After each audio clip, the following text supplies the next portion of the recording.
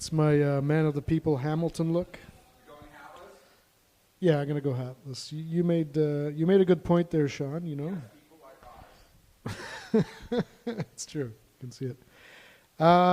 Welcome everyone. So far so good. Thank you. Thank you. You know, I really wish all of you could experience this live because it's a huge crowd and everyone's really into it. There's a buzz. Maybe we could edit that in later, right? Edit me out saying that. Uh-oh. Anyway, so we have a theme usually in these shows, and the theme, and I'll get to it eventually, but maybe we should even change the name from So Far So Good to Tangents, because I tend to go off in tangents, and, you know, what is my talking art besides just rambling? I don't know. So I may go off in tangents, but what I want to get to, I want to get to the theme, and the theme is life and death. And it's funny because you look at the poster and you think, well, it's kind of the death, but it's going to look more like a Halloween poster. It was more of a stabby kind of a death theme. But that's not what I mean necessarily. And I don't even know what I mean. We're going to get to that. But maybe some announcements, first of all. So this is, what the hell is this? What's going on, right? What the hell? Well, you know, I just showed up here and I don't know. Here I am looking at this, what looks like a stand-up routine. I don't know. It's a talking art. We're at the Center for Talking Arts. This we're calling So Far So Good. It's a podcast. It's a talk show. It's an open mic. So it's an open mic for all the talking arts. Comedy seems to be a popular one. We've got a few comedians. This week's show, we've got 4 great guests. You know, sometimes we have a late comer. We might be able to add somebody into the program if the spirit takes us. But, you know, we've got Sean Patrick Sullivan as the first guest, followed by Randy Hughes, followed by Faye Paulett, and then we're going to have a surprise. Dexter Eco's going to come up, and he's usually behind during the performances, the screens, but he'll come up. As you know, he's not shy on stage either. So the theme is life and death, but it's more like life and death. Like, what the fuck's going on, man? Like, what's that all about, right? So, you know, maybe allow me the tangent to, because I'm a philosopher by heart, the tangent to ask, like, what the hell is life anyway? Maybe that's a good start. We can talking about that.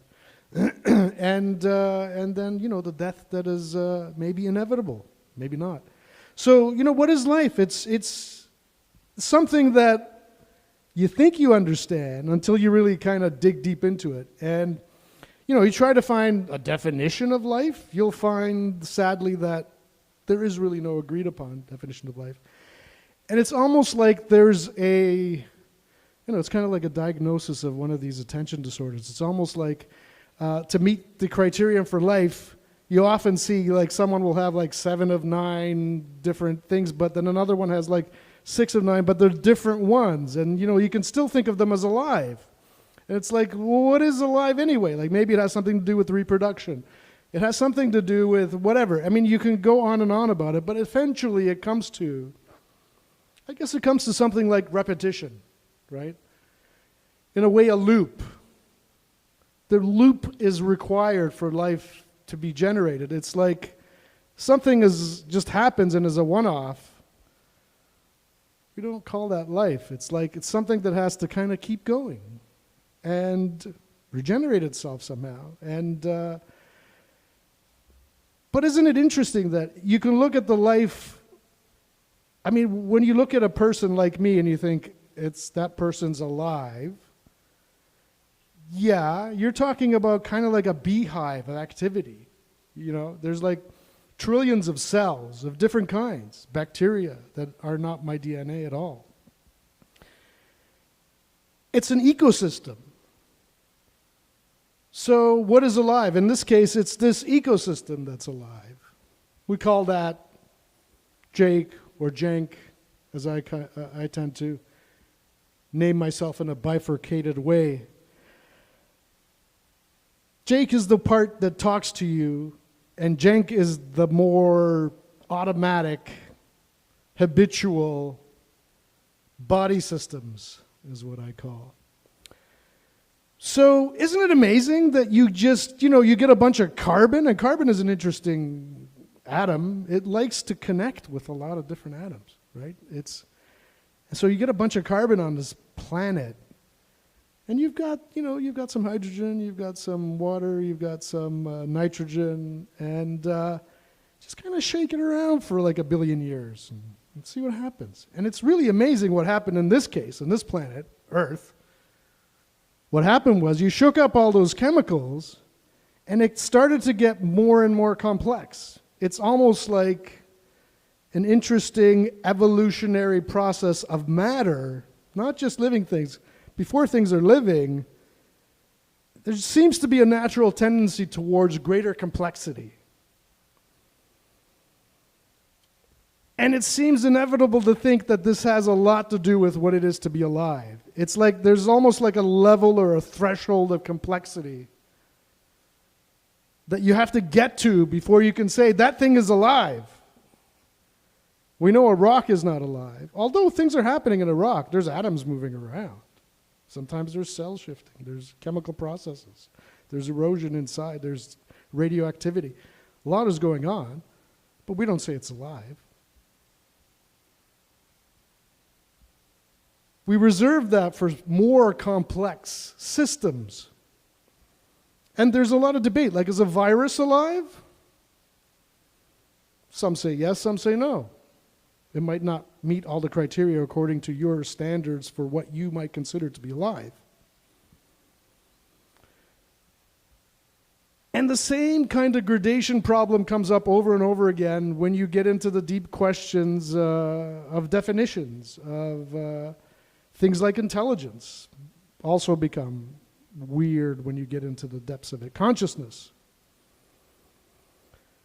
So life is weird word to begin with. It's a weird thing to understand. It's a weird thing to experience. It's like a trip to be alive. I mean, that is the closest description you could give for what it is to have the experience of living. It's a trip.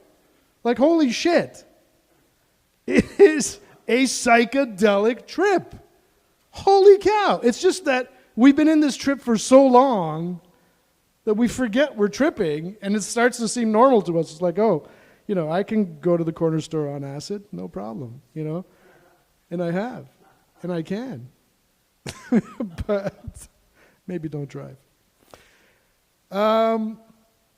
So life is a weird thing, and when you get an extended evolutionary process of complexity getting more and more on that graph of complexity, and then all of a sudden something weird happens, those loops start to repeat themselves or find ways to repeat themselves or encode some information that repeat themselves in certain ways, and we call this kind of like giving birth in some sense. And the weirdest thing,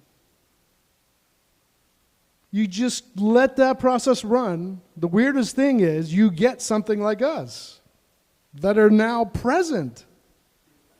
Like, we're alive in a whole different sense, right? There's like, okay, is a virus alive? That's one question. But then the kind of alive humans are a different kind of alive, because it seems like we have a grasp of the future, which a lot of beings might not have.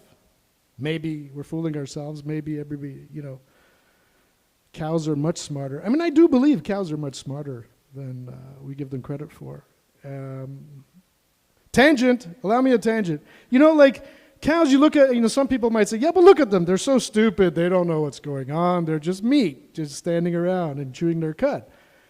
But honestly, if you put like humans through generations and generations of just putting them in farms and like torturing them and not allowing them anything except like a couple of square feet of standing around, how do you think humans would look like to some observer?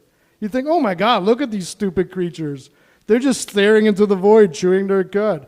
Well, yeah, that's what happens through generations of torture in a concentration camp. I mean, I do eat meat. I feel terrible about that. I really do. Like, it's, as a kid, I thought, well, certainly in the future, people aren't going to eat meat. It's like, that's a living thing. It seemed kind of like even then there's an extended value put on living things compared to not living things. And that seems to be something that we can all relate to. Well, hopefully, most of us. I guess people that are psychopaths don't relate to that in some deep sense, is that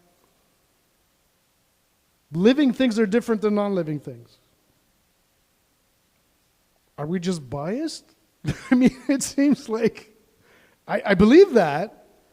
And we also extend that further by saying that living things are special, and more complex living things are more special. And again, we're maybe flattering ourselves. Look at us, these monkeys that have evolved in such a way that we can now change the entire appearance of the globe in a matter of a few generations. I mean, the Industrial Revolution has really changed the face of the earth. So, something about life, automatically it's the coin with the other side, death. It's like something that is alive, one of the features it seems to have is that it wants to be alive. Because, I mean, that's got to be obvious because those are the only kinds of beings that survived. It's the ones that wanted to be alive are the ones that had kids. And they're the ones that want to be alive are the ones that continued to be alive long enough to have more kids. So living involves some volition towards life. Is it a lust for life? Iggy Pop, anyone? Lust for life? Yeah. I don't know if it needs to be a lust for it, but a love of life. And today is October 7th, and maybe has more to do with death in my personal experience as well as a global experience. You know, I lost my father on October 7th, which he wasn't in Israel or anything like that. So I'm not getting any credibility on the issue, but he just happened to die on that day. And it was a beautiful death. And like the entire family was around. And everyone took turns holding my dad's hand and like stroking it and talking to him. He couldn't talk back, but he could sense. Like because he had Alzheimer's, it was very late. He had got to the point where he wasn't really remembering anybody. And you know, we were kind of faced with this question. There's going to be a point in the future when we're going to question his life. Right? It's going to get to a point where, I mean, even though he didn't remember me, that didn't seem to change anything. It's like I could walk into a room, he'd smile at me. He knew I was kind of his buddy. He didn't really remember who I was. And I would just automatically say, oh, I'm your son, Jake or Jenk. He'd say, oh, you're my son. Like, isn't that great? Oh, how old are you? How old am I? You know, we just kind of repeat this conversation over and over again. But he was certainly alive. But his mind might not have been alive, but his body was alive. And his body is much more intelligent than we think because it knows things intuitively, right? The body knows that I'm a friend, that I'm not a threat. And he feels good being around. And that was great. That was enough. But thankfully, maybe with some grace, we didn't have to go through that. I could imagine if it dragged on for a few more years, you'd get to a point where he's lost control of everything. Because essentially the brain just melts away and you're just left with the natural body processes. And even then they start to melt away because the brain parts that control those processes start to melt away. So the first things to go are your memories and understandings. Like, what is this? It's mayonnaise. Do I like it? I don't think so. Do you want to try it? No, thanks. You know, like we'd have this over and over again. It's a form of life. It's not a matter of judging what is alive, what level of living you need to be. Welcome. So I'm going on a rant about life and death. And as usual, I suggested that we change the name of the show to Tangents, because that's what I do. And even if I may go on a tangent about tangents, like the word tangent, the mathematical idea is that, well, I think of it as, well, in popular culture, they say if you go on a tangent, that means you're going in some other wild direction. A tangent normally means a line, a curve that approaches another line but never touches it.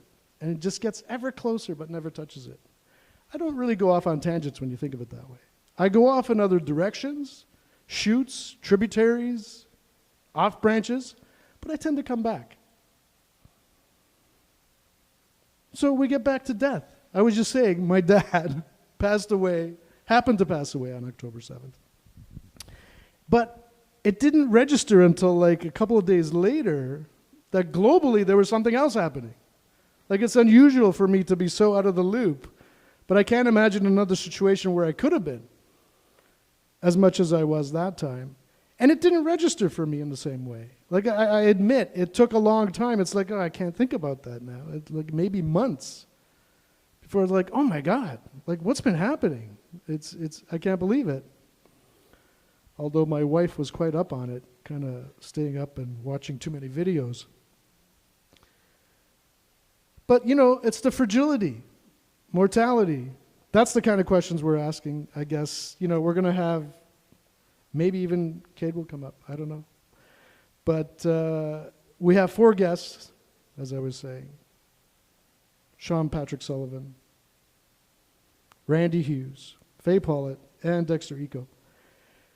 It's a live broadcast talk show, but it's an open mic. So I'm going to get right to the open mic part of it.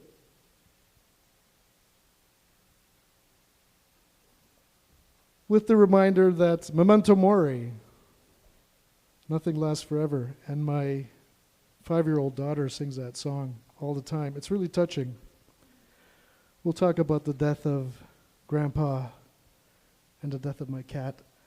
In the meantime, Sean Patrick Sullivan.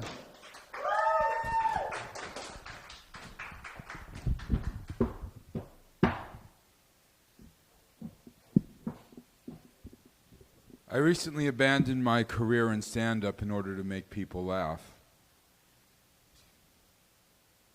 No, seriously. I'm not the greatest stand-up comic in the world,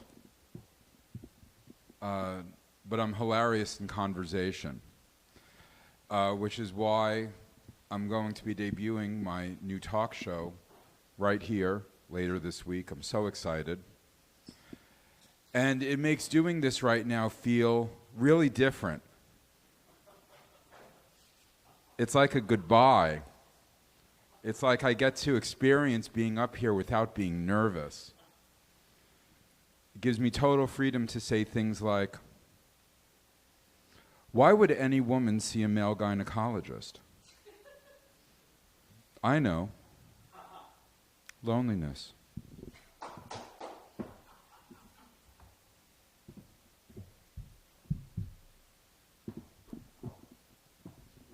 We'll edit that out in post. We're going to start over, okay? Hey everyone, I'm Sean Patrick Sullivan. How you doing tonight? Here at the Center for Talking Arts in downtown Hamilton. You looking good?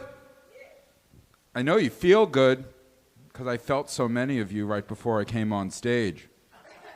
Now, I have a question for you. Why would any woman go to a male gynecologist? Loneliness. You know, Canada is the kind of place where we don't have unattainable standards for beauty.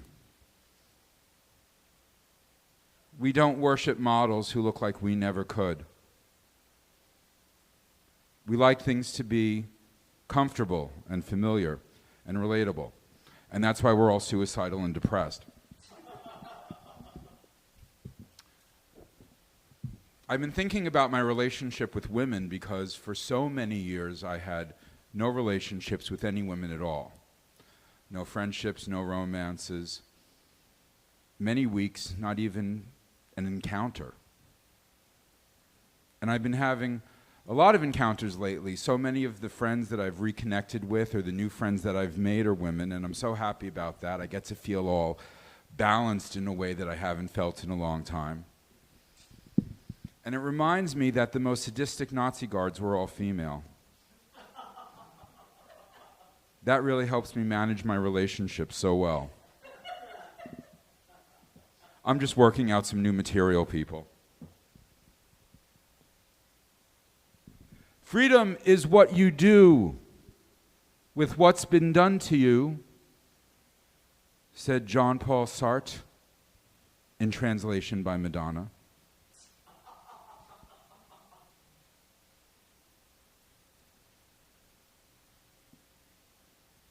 I'm very successful. It's given me a loss of identity. For a good year, I had the opportunity to identify as a total fuck-up. It was lots of fun.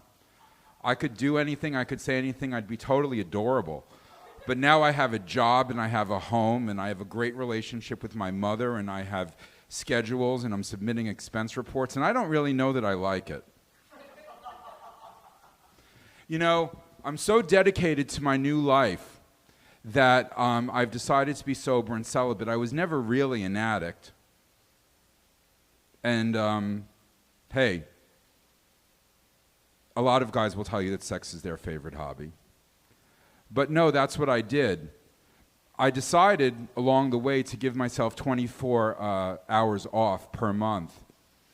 And I indulged right before I started my job here. And 3 hours in, I pulled the plug. I couldn't stand it. I just couldn't stand it. I was like, this is a waste of time. I have lists to write. I'm definitely a list writer. Now, I comment a lot on sexuality. I'm going to go over that briefly for you today because I think that this alphabet soup of sexuality that we have going on is working to our detriment. Don't you agree? We only need 5 or 6 categories. These are the classic clinical Freudian categories from the 1950s. They're all that's needed. Now, each and every one of you are going to be offended in the next 2 minutes. You can deal with it. You're strong. Heterosexuals, boring but necessary. Bisexuals, make a fucking decision, and that goes for salad dressings too. Homosexuals, you do not deserve to exist unless you're creative and contributing to culture itself. Transsexuals, interesting. Definitely not normal. You're magic. Deal with it. Transvestites, you fucking perverts.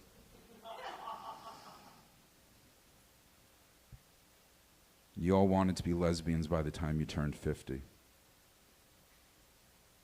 Intersex, the best of all possible worlds. And the androgynous, thank you so much for every music video of the 1980s.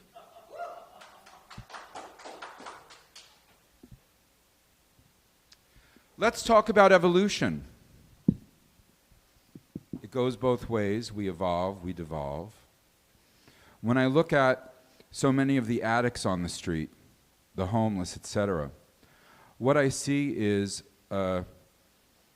de-evolution back to our four-legged ancestors. I think it's biological.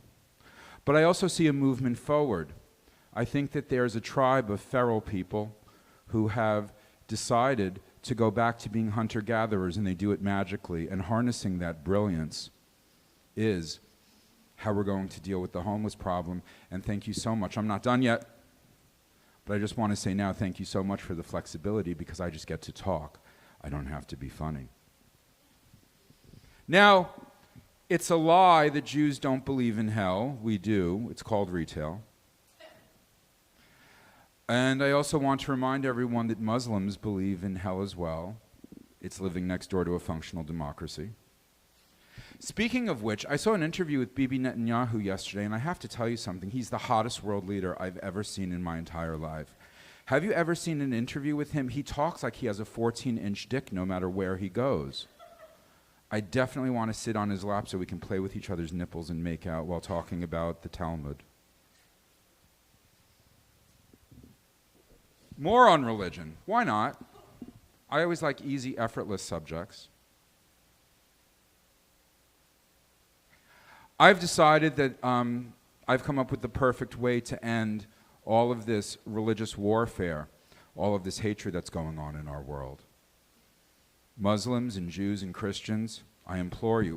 Where's the camera? Are all of these cameras on? Muslims, Jews, juicy, Christians, we can do this. We need to declare a jihad on atheists. That's how we're going to do it. It's just a joke, people. You know, my mother very casually told me about her life in Malta, post-war Malta, and when I was about 5 or 6 years old, and she was talking about her servants, and I said, Mom, I thought we were middle class. I thought that you were middle class. How did you have servants? She said, well, that's just how it worked. They took care of us. I said, but who took care of the servants' kids? She said, their servants. I never really understood that, but viva la colonialism.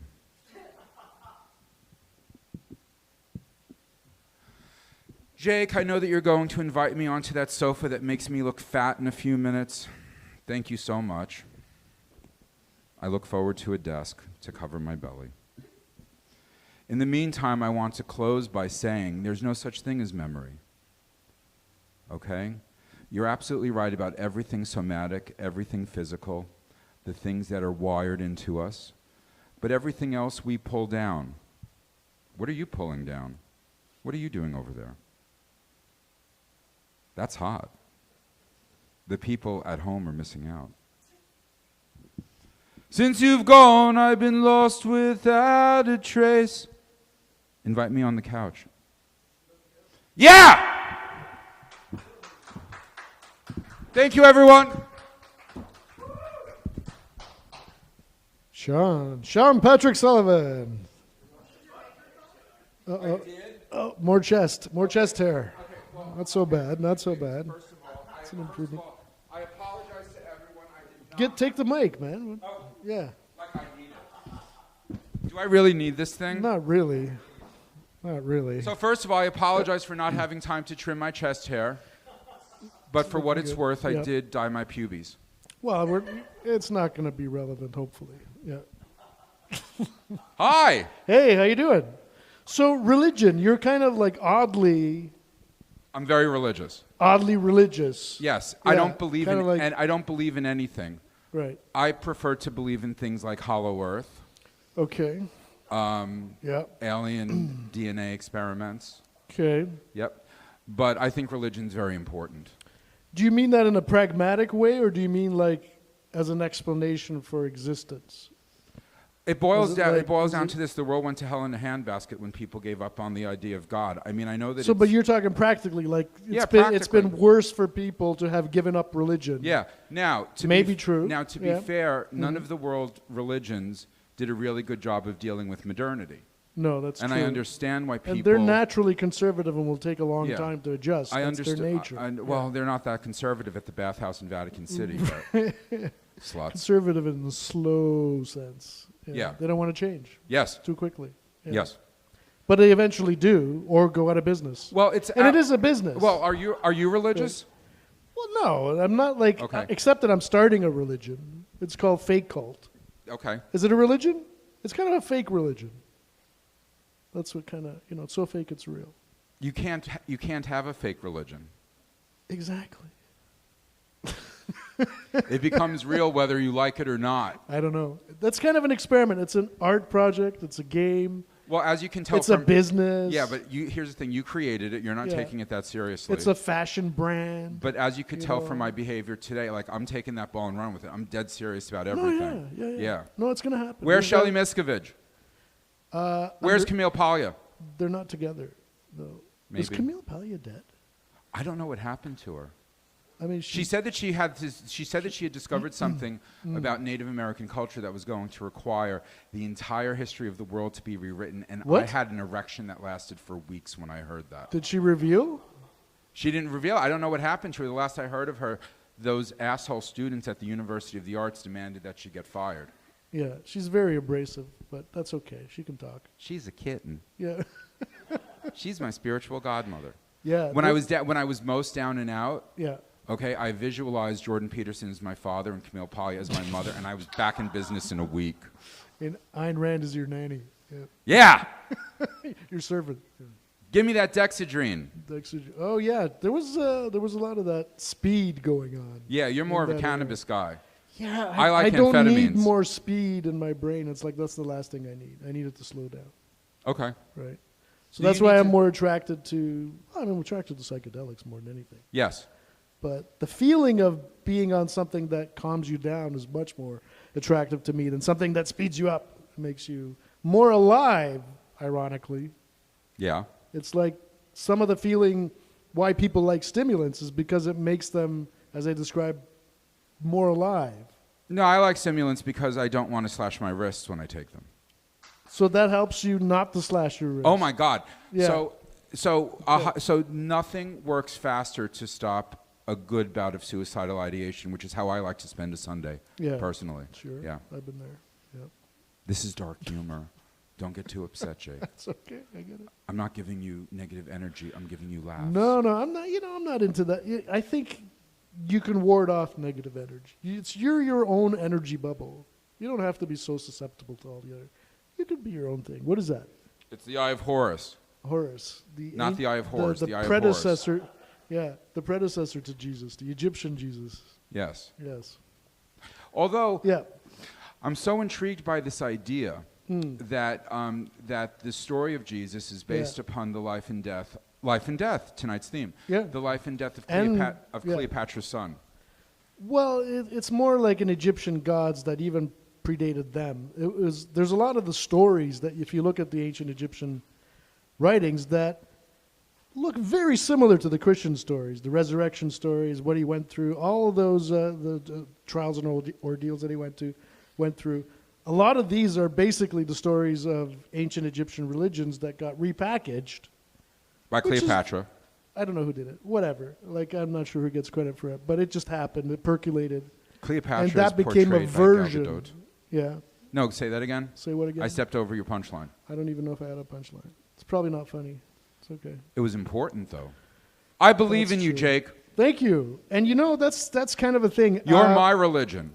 You have what? You're my religion. Thank you so much. Shall I Yes. wait for you? I will redeem you. Please. Trust in me. I Believe need it. me. Isn't that weird? I mean, oh no. Bless me. Bless me.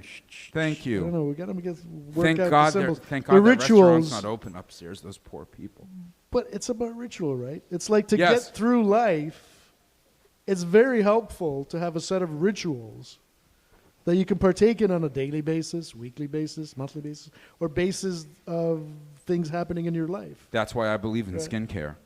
I believe in psychedelics. Skincare, how does Yes. that work? It's What do very difficult to hate yourself when you look in the mirror 3 to 5 minutes every morning and 3 to 5 minutes every night, touching yourself so that it's self-care, self-love, self-love. so that you're all nurtured and cared for and look better than everybody I else. get That's that. as spiritual as it gets. You're taking care of that entity. Yes, but you know And you're feeling the care at the same time. yeah, and the so it's kind of physicality like of doubly it. good. The physicality of it, if everything smells And you're good touching, and is well and made.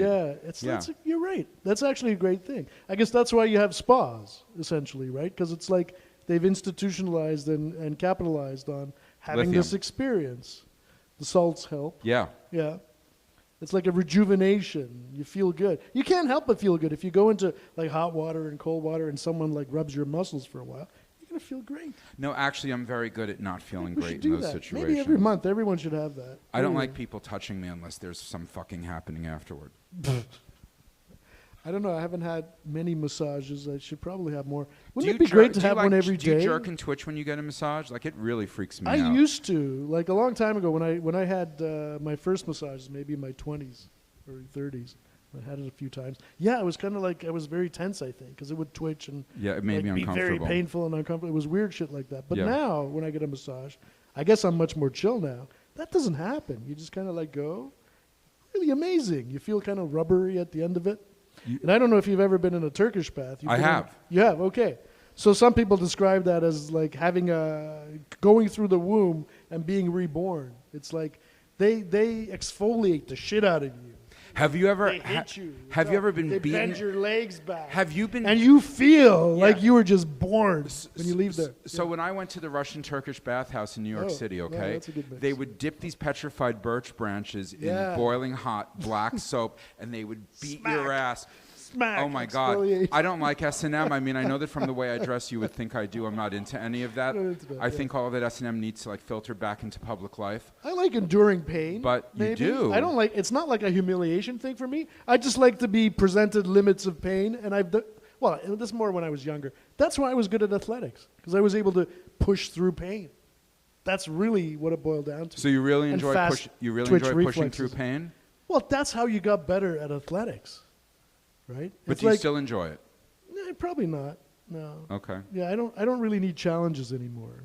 You know, like it's Everyone fun. needs challenges. Sure, but I mean, I don't need it all the time for everything. I don't need to maximize. Like in my 20s, it was like, I guess it's really like the capitalist narrative framework of the world. It's like maximize everything to its ultimate level and, you know, most efficient results. And, you know, it's kind of like whether you're thinking about it consciously or not, you're kind of motivated towards moving towards that approach to life. It's like we're swimming in it, Swimming in what? this capitalist narrative framework of maximizing ultimate efficiency, extracting the most possible. It's like people just live like that because that's how the game is played.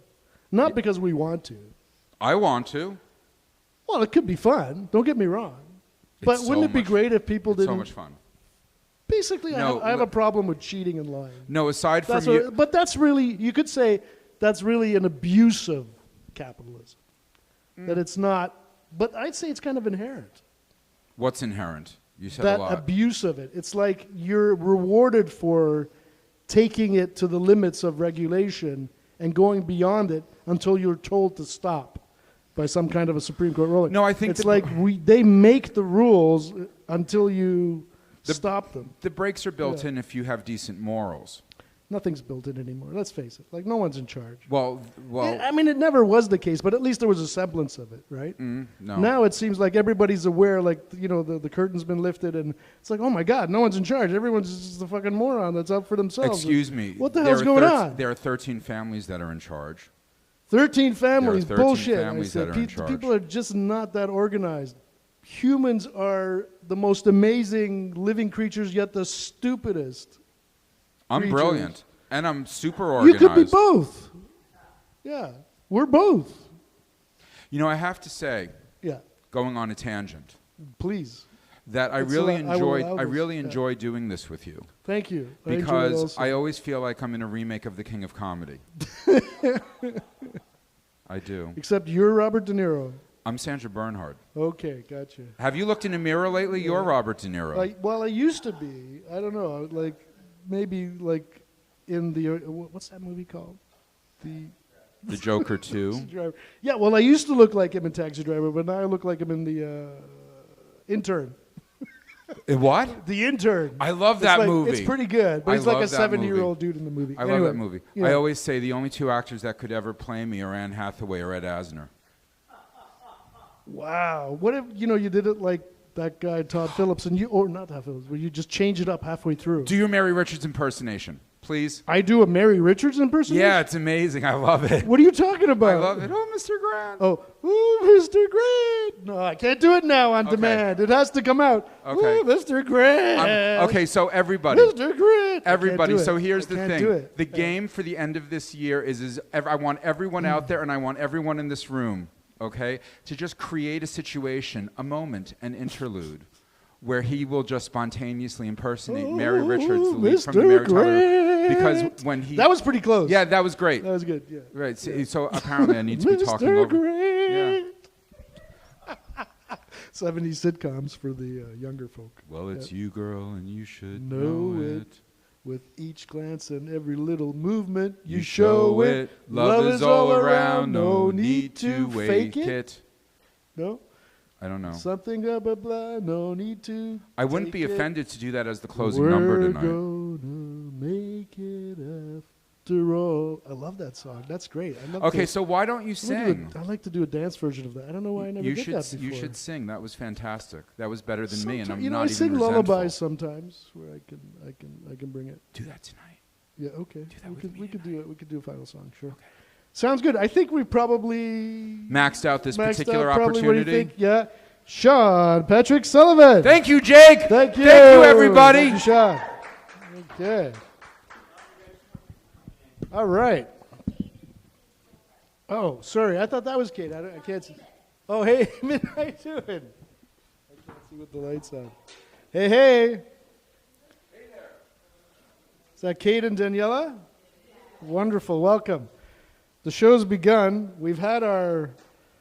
Let me just go through again what the hell we're doing here, just in case. I mean, you've been here. This is a podcast. It's a live broadcast. It's a talk show, but it's also an open mic. But in this case, we have 4, maybe 5 guests today. And what they'll do is they'll get up on stage like a stand-up comic, storyteller, what have you, poet, rapper. They'll do a 5-minute set. And then they will sit on the couch for 5 minutes and have a chat with me. Maybe more. I mean, Sean and I went a little bit longer because we have a small turnout. And it's not a surprise. I mean, 12 hours ago, we put the poster up, or whatever it was, less than a day ago. And we've changed it from Saturdays to Mondays. We're hoping to get some regularity in it. But think of it as a broadcast show with a live audience. And we're streaming it live on YouTube, but we haven't told anybody. So it's kind of like a practice thing. You know, we're figuring it out. You know, we might, my wife might log in. Maybe the guy, my friend who does the posters, Bob might log in. But so far, fun night. I'm enjoying it. Coming up next, Randy Hughes. Yeah. Randy. Yeah, Randy.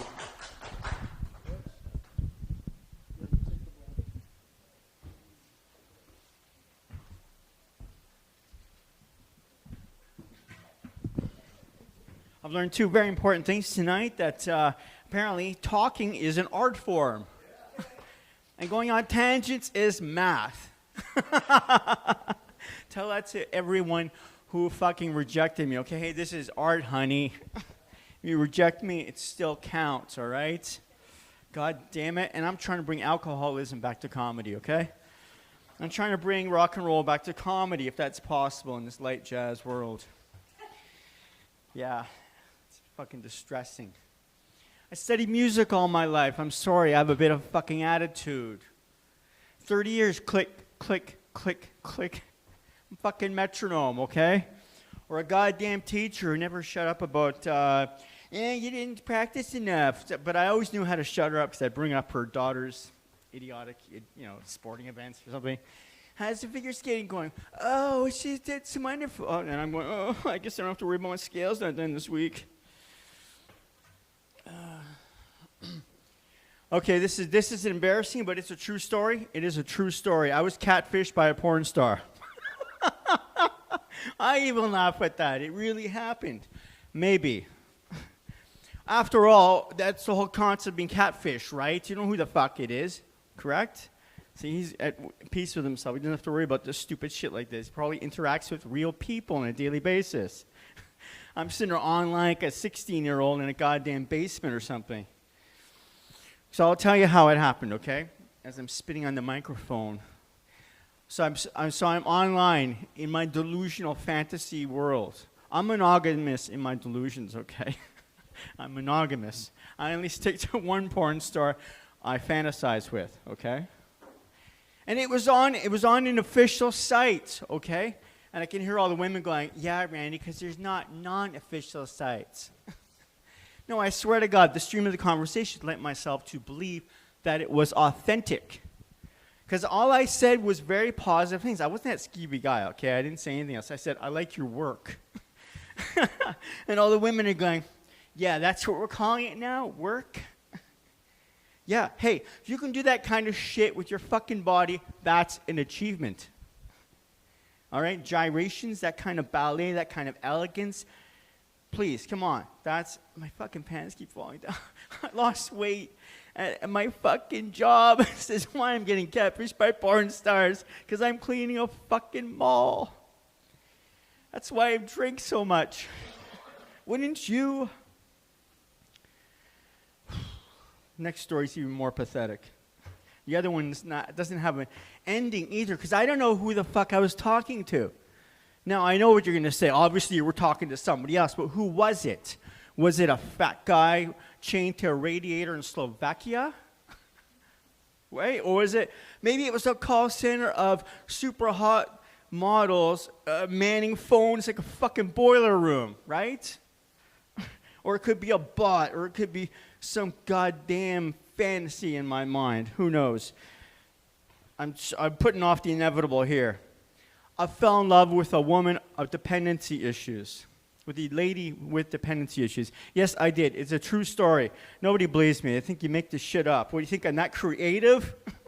That I sit at home saying, yeah, that would make a good story. Talk about some lady smoking crack and that you thought she was beautiful. Sure, that's fucking believable. It really happened, I swear to God. She's fucking gorgeous. She had great washboard abs. Now, you might say that has something to do with the drugs. Perhaps, but she had this beautiful, luxurious mane of hair. Looked like she came out of a fucking salon, okay? She was folding her clothes like she has experience in retail. She lives outside in a fucking dumpster. Fucking blue bin, for Christ's sake. She cares about the environment, right?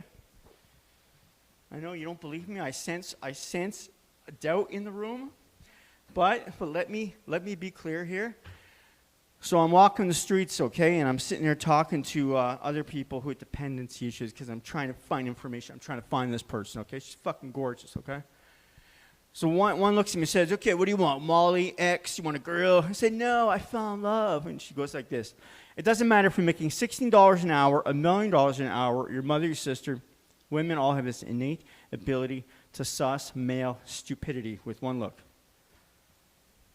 It's fucking amazing, isn't it? Gay guys have it too, but not as good. You know, you have to study more, obviously, but that's an innate fucking issue that women have. Excuse me. I'm just trying to soak back the tears, okay? Forgive me. I keep saying forgive me like I mean it. It's just some kind of idiotic artistic license to carry on until you remember the next stupid line of your idiotic life that you sort of kind of remembered in some fashion. People call me an incel all the time. I am not an incel. I worship women. I worship the superior sex constantly, every day, and I analyze it forthcoming, and I do not believe in violence. I only trash myself on a daily basis. Okay? Incels are the Boy Scouts 2.0, okay? Squeeze out of your gay shorts into shit ideas. All moronic ideas emanate an inability to procure pussy. Did he say procure? Like I'm talking about nuclear weapons? Can you imagine ISIS? Can you imagine these guys? Think of what they think about Boy Scouts or fucking incels, for Christ's sake. Hey, we can get the pussy anytime we want. We choose not to. We're like athletes before the big game. They don't fuck before the big game. I fucked up the punchline there. Forgive me. There's a lot going on in the fucking head. Porn stars, crackheads, fucking incels. There's a lot going on, okay? And I'd like to say I make it up, but it just sort of comes to be a natural, I have to go to a mall tonight, okay, and pretend I give a shit. My boss gave me shit. You were drinking. Someone saw you drinking 2 hours before you did your show. I almost called performing. I almost called my job performance. It is, though, isn't it? We are performing on a daily basis at work, trying to convince people we give a shit when we clearly don't. Sorry if I went over. Thank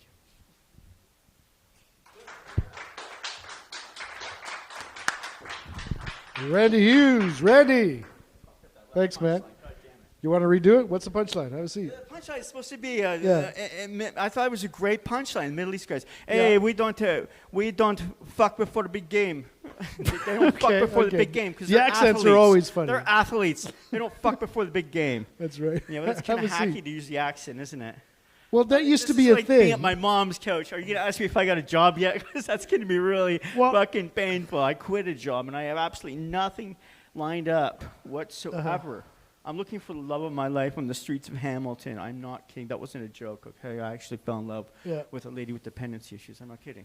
Well, so is it going well? I mean, like we're talking That- about life and death as the theme, and it's like it seems like a big part of life is finding someone or other people or Yeah, to being with understand- others. To It's understand the machinations of your mind. I swear to God, is that possible? like, you think that's a direction or a goal to understand yourself? Is I that think know it's to thyself? Understand other people in order to understand yourself. Know yourself. Right. Know thyself. Yes, that. What's Yeah. the Bible quote? And Well, which that's I'm what Socrates, not I too think, smart is enough to said to know. have. He would know it. Yeah, sure. Know thyself be true or something like that. Oh, I'm not to entirely sure. thine self be true. To yeah, thine that's self be another way to true, say it. yes, Yeah, yes. that's a good way to say it. And, you know, that was a theme we had, I think, a few shows back was authenticity. Like, what does it even mean to be yourself? yeah, But it's exactly. like, you know, the self wants to perpetuate, wants to continue, and sometimes wants to procreate, and wants to, like, pass, I want to procreate all the time. if not the genes, but then the memes, like your ideas, and even it's like we have this built-in proclivity. Life has a built-in proclivity to continue. Can I right? say that next time I Yeah. ask a woman? I have a built-in proclivity. Okay, do you want to go out? Does that count? Good with the A proclivity. built-in proclivity. That would be a great. hit. Yeah, That'd be a great line to use in a woman. Hey, yeah. do you want to perpetuate the species? Because I have a Built-in built-in proclivity. towards your clitity. No. That Yeah, works? That's not good. it's probably not a good That's idea. even creepier than saying, "Hey, you have a nice smile." We have right? feedback, and it wasn't good. Yeah. So, how's it going with your? Is she your girlfriend now? No, are you kidding? No, I wish. Oh, okay. Oh, it's just not- like a it's not fucking passing story. two ships that I pass in the actually night. I actually ran into this woman outside, and I Yeah. swear to God, every Yeah. single part was true, which is probably why it wasn't very funny. But It's like one of those. She's my girlfriend, but she doesn't know it yet. exactly, right, yeah. okay. We have some Right. issues, you know. She believes in the environment. I'm Yeah. caught up in this whole 9 to 5 shit. Yeah, right. The man Fuck working is for the that all man. about? Fuck that Well, shit. she must be smarter, huh? Look at us. Right, we did okay. Well, my boss says to me, "You can't change them, Randy. You can't change them. What are you going to end up smoking crack, living in the park with her?" It's like, maybe I need to be Whoa. changed, huh? Yeah, I Maybe mean, doing drugs is the answer. Maybe that's a proper response to living in a psychotic universe, right? the universe does seem a little nuts. Yeah, to use the colloquial word for. Right. Yeah. You know. Matter's definition of crazy at this point in our So what's lives. going on? What's this life about? What the fuck? Like, what is I it? have no idea. I make no money. I clean up. Do we after. care? Do you even think about it? No, not really, unless my Okay. landlord starts squawking about it, and then suddenly the whole practical part edges Yeah. into your life, you know. Yeah, it's like you're brought down to the everyday, Right. and you have to kind of go in an ethereal mode to think about something outside of yourself. Outside of yourself. Yeah, can you use that as an excuse to not pay your rent? Objective, I was yeah. living outside of myself in a subjective existence, and I couldn't quite line myself up with the Yeah. pragmatic concerns of your ability to pay rent. Perfect. Can I say that to my You could say landlord next that. time? Yeah, I mean, he might get it. Yeah, he might He's not. enlightened He's enough. a philosopher. Yeah. Yeah, they usually aren't, though. Yeah. So you have? Well, do you have like one boss, or is it like a bunch of people telling you? Because it's the worst. It seems like when you don't know. it's the or- worst. I mean, look yeah. in stand-up. How many bosses we have? Right. 1, you're a comic. You don't count. 2, you're a comic. Well, I mean, everyone's a comic. We got 2 bosses in here. That's a lot. Yeah. And we have bosses everywhere. Everyone's a fucking boss. Yeah. We're higher than the echelon of the pecking order. We're all chickens. Well, I mean, you won't have to worry about it so much. You know, the robots are coming and AI. That's and right, Maybe AI you're is not going to have coming, many yeah. jobs left, and maybe we're going to need Right. universal basic income. And I don't know. Like, things are about That to is a- change. right, Like, that's life is concern. about to change. Right. And some people will probably arrive at death sooner than they would have otherwise. It's like there's going to be disruption because of all the changes that are about to happen. Right? So life is changing. That's sad to say. There might be more deaths. Sofa. So, Can I sleep on the sofa? Bummer downer sofa. Yeah, I was trying to have a nap here before the show, and it's really quite nice. You know, with the stage Very lights on, it comfortable. warms you up. Yeah, It's too comfortable. too comfortable. Yeah, you get to fall asleep. Randy That was fun. Hughes. Thank you. All right, the shake. Thanks. Randy Hughes, everyone. Thank you. So, I'm going to just keep talking. Yeah, why not? It's like, you know, life, we were talking about, what the hell is it, man? You know, like, what is it? I mean, it's like there's a definitional idea of what is life. Is it something to do with entropy? Is it something to do with order? Does it have something to do with complexity? It has this notion that we're kind of fighting against entropy. We're going kind of reverse to where the natural proclivity of the universe is, which is to move towards order? No, disorder. It's like we kind of buck the trend, and our minds are very much like a structured, ordered entity in a universe that is moving towards chaos. It's like if you have a room full of gas, each of those atoms, there's really no information because randomly they could be anywhere within that room. It's like when you get into a definitional understanding of something, we feel like we have a grasp of it. I'm not so sure we do. You know, my daughter has this thing. When she has a balloon, she wants to play a game that she calls Keepy Uppy. You know, that's where, you know, keep you up. You know, it's basically hit it up, and then you hit it up, and you hit it up, and to me, that's a metaphor for my understanding of life. It's like you're just trying to keep that balloon up, right? Like as soon as it hits the ground, there's no coming back, right? The game is over. You can start again, maybe, in keepy uppy, but in life you can't. It's weird. It's a game. If you want to look at it that way within that narrative structure, it is a game. And it's one of many games, for lack of a better word. I don't like to use that game because it seems to diminish almost what it is. But when I say game, I mean structurally so. It's like a series of acts, behaviors, ways of being, societal tracks of doing things in certain ways.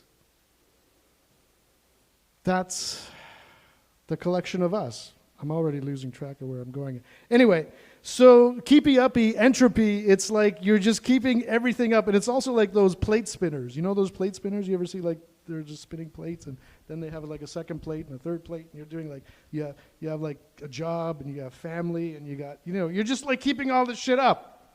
And sometimes it all comes crashing down. Anyway, it's all made up shit anyway, right? Coming up next is one of my favorites, Faye Poet. Faye.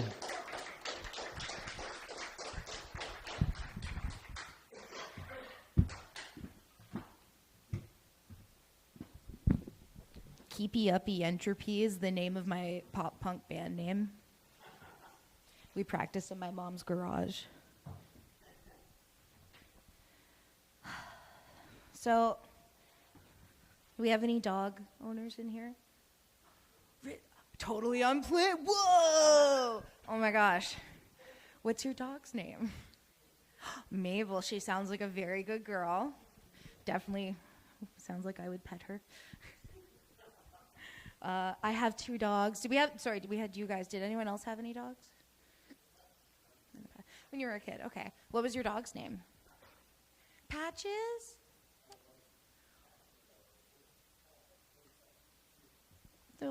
Was it like a big boy, like a standard poodle? Like the kind of like medium small? That was one of my first dogs. His name was Bilbo, and he was a little poodle. After The Hobbit, my dad was a little bit of a nerd, and when he read me The Hobbit as a kid, I thought Bilbo Baggins was an anthropomorphic poodle. I shit you not. And then I didn't, because like hobbits have hairy feet. And then, I don't know, like I just didn't think about it until much, much later. And I was like, wait a second. That's not what Bilbo is. But I have 2 little dogs. I have 2 Shih Tzus, Lawrence and Abby. I love them very dearly. And I don't think we deserve dogs, like in the best way. They're too good for us. They're amazing. And if I'm like dissociating or depressed, they'll come up and just start licking my legs. And it's really sweet. But it's not nearly as cute when my boyfriend does that. It's honestly like borderline horror movie stuff. It's like, ugh, what are you doing down there? I get excited whenever I meet lesbians who play softball. Yeah. It's so exciting because to me, it's like it's a positive stereotype in my mind. And it's like a bingo card to me whenever I do. And I recently met a lesbian who plays softball. Actually, I don't know. Do you play softball? You're not a lesbian, but like, I mean, like, I remember you played hockey, field hockey, and no, ice hockey, okay, very Canadian. And that, as one does. And then I met someone at my work who they introduced me to something. They're like, yeah, we met through our co-ed softball team, which I was like in my head, don't ask if they like women, which I think they saw that in my mind because they looked at me and they're like, what? Is that the gayest fucking shit you've ever heard? Like, yeah, in the best way. It's very exciting for me. So, do we all know what the GSA, Gay Straight Alliance, is? Yeah. So, in my mind, a gay straight alliance, the straight part, I mean, yes, there is the odd person who is actually straight, but it's kind of like a easy way for people who haven't come out yet to kind of hang out in that community, right? Like, it's a like little safe zone. I was one of them. I used to go to the GSA in North Bay, and I remember hanging out with a group, and someone came in who I had met, and he's like, oh, hi, well, and they're like, oh, no, Faye's just here as, like, a supporter. And they just, like, looked at me, and they were like, oh, breeder, and turned around and, like, walked away. And I was like, I'm sorry? Like, yeah, no, it was horrible. It was like, what a dick. What a fucking dick. I don't remember his name. Richard, yeah. It's a big dick name. All right, so... Oh.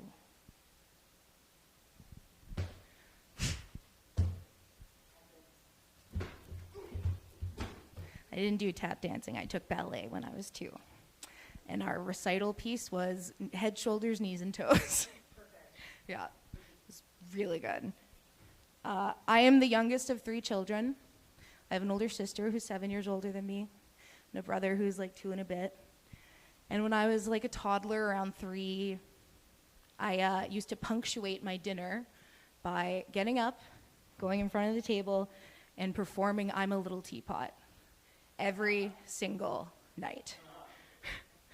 Every night. And I think being the youngest of 3 kind of gave me a main character complex a little bit. Because I was just like, all right, I'm done my dinner. Let me bless you with my rendition of I'm a Little Teapot, day 374. Yeah. That's another night's event, though. You don't get to see that. Also, we were talking about like what it means to be alive earlier, and where that really like goes, because like we're alive, animals are alive, but then you get into like plants, and I remember as a kid learning that yeast was alive, and I almost had a full-blown existential crisis, because I was like, and my dad like kind of like, oh, hey, hold on there, buddy, like it's okay, they're not alive like that, like they don't understand. It's alive. Like it does stuff and it can die. I was like, oh my God. Yeah. Just to finish this off, since I mentioned my dad, he kicked the bucket recently. Yeah. Before he did, he looked at me and he said, Faye. And I was like, yes, Papa. What can I do for you? He looked at me. And he said, do you want to see how far I can kick this bucket? I'll show myself out. It wasn't very far. We're not athletic. But no, he's dead, though. No. Love you, Dad. All right, let's bring up Jake. Faye, Paulette. Faye. Thank you. Love it. Thanks. Thank you. Awesome. I split my pants in the bathroom earlier. The zipper broke. Oh, yeah, I couldn't. So it's if it looks like it's undone, it's because it is. It's all good. Damn, I was going to ask something and I totally forgot now. Was it about my dead dad? Oh, yeah, when did that happen? 2 years ago in February, so it'll be 3 years February. Wow. Yeah, so we're pretty close in, Yeah, this is like October 7th. Literally a year ago today is when my father passed. which is wild. And Yeah. the year, that's not long. No, it's in some ways it seems is, like it but it just isn't. happened, but then Yeah. also a lot of shit has happened in that year too. Yeah. So it's always like that. I mean, post-COVID, I don't know what about, like, time is kind of confusing to me. We stayed home a lot because Yeah. my dad, and it's like there was death and sickness and all that stuff happening in my family all at once. Maybe coincidentally had nothing to do with COVID. Like there's just, you know, my uncle and my aunt back in home, you know, there's like cancers, there's like all kinds of things are happening and people are dying. And right before that, we have a cat and we have a 5-year-old daughter, and she Yeah. experienced death for the first time when the cat passed away. And it was kind of like expected because it was an old cat. It was like 18 years Yeah. old, and it kind of took a while. And then she just one morning we woke up and she was dead. But my daughter was really upset that she didn't get to see the dead cat. Oh, she didn't get the closure. Yeah, and I think I get that. And when my dad passed, he actually passed in our house because he lived with us. Yeah. And as I said, everyone was around him holding hands and everything. And then he just passed. Like, and it was great. And then my daughter got to see that. Mm-hmm. And it, like, she got it. It makes so much more sense. It's like, oh, it's like there's a body, but there's nothing going on anymore. Yeah. Right? It's the shell's So- still there, but the Yeah. light's off. And it's kind of a shame because, like, earlier what I was saying is, like, we have our body systems that are kind of doing what they're doing, and then we have our mind systems that are kind of reflecting on it and talking about it. And with Alzheimer's, it's that part of you just goes away and melts, and what's left is that. And then eventually that starts to melt away as well. Yeah. How did your dad pass? It was actually a surgery gone wrong. Oh, no. It was he had a gallbladder stone, I think, or a Oh, pancreas yeah. stone, and when they went to do surgery,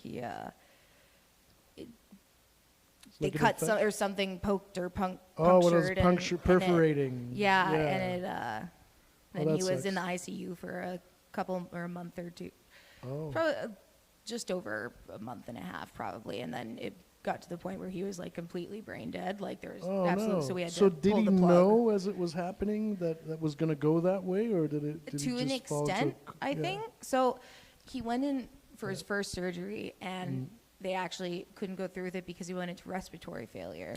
So they had to revive him. And I think after that, he kind of had a sense that, like, Yeah. it might not go. Also, he had sent out, right before he went into surgery, he texted or sent an email to his best friend from, like, high school, just told her, "I love you, Ka."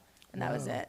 Okay. And then he went into surgery and didn't there's wake up presence from of that. mind. Yeah, it's a and then he different was still kinda- kind of like there and like a little Yeah. responsive for a while. And like my mom I couldn't go see him because it was during Yeah. COVID, Yeah. so I oh, wow, yeah, that couldn't fucked see it him up. until he would, unless he was on the deathbed. Then we were allowed to go in. But so my mom would go see him every day and kind of talk to him, and he would kind of sometimes respond or like, and he when she was telling him what was going on and that he was like going to be doing dialysis, he kind of like had been like no.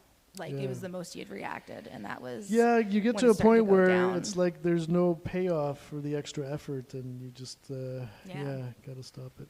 Yeah. But sometimes that decision's made for you, which was in our case, and that was that was good for us. Yeah, no, absolutely. It's Couldn't imagine having to go through that on Yeah. top of everything. Yeah. yeah, no, not a fun decision to make, and I wouldn't wish it on anyone ever. But your parents are young, right? Weren't they? My dad would have been 64 this year. Oh, okay. Wow. And then my mom's turning 60 this year. Right. Yeah. That's pretty young. I'm the youngest, so I'm like, Okay. age-wise, they're Right. like my oldest sister's 30, so they had Wow. Yeah. So that's the range. What's the range? How many years? in 7 between? years between me and Right. her. So I'm 27, she's Yeah. 34. 34. Right. And then my brother's turning 30 this year, Yeah. Wow. and I'm 27. Wow. You know, so you all grew up together, right? Yeah. Okay. And you have a sense of, did your family talk about, like, what's life about? Like, what are we doing here? Like, what kind of... Yeah, we were, Is that a religious thing, or was that otherwise? Yes and yes. I think like my Okay. dad was very interested in like, I mean, he was a really smart man. He was very interested in specifically like ancient history, like looking back at Rome and Greece and like the old like during like the times of like Christian persecution in the Roman Empire. That was his thesis was on the concept of time in like the early Christianity or something like that. Wow. I can't remember off the top of my head, but Is that like a degree in theology or something? Or he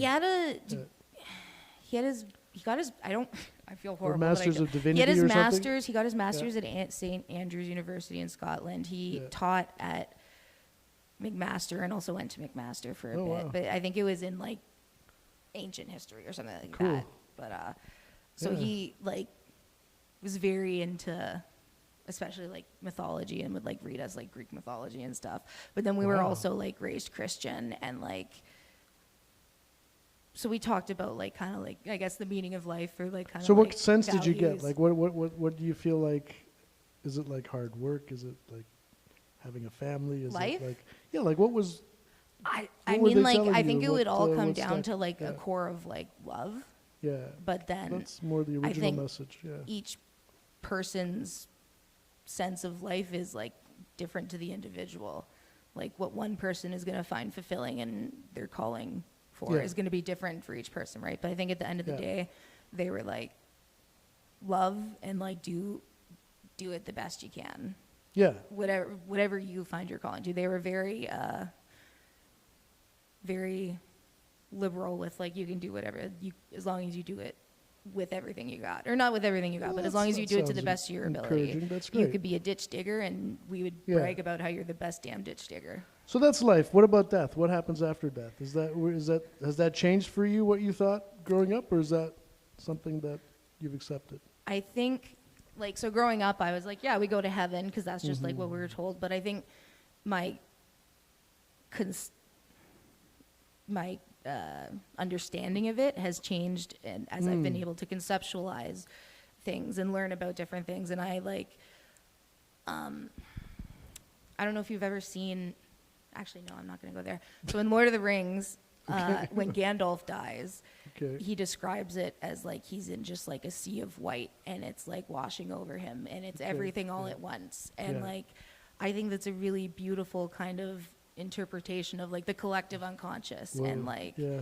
we're I all kind wonder. of connected. And when you die, you kind of go back to that.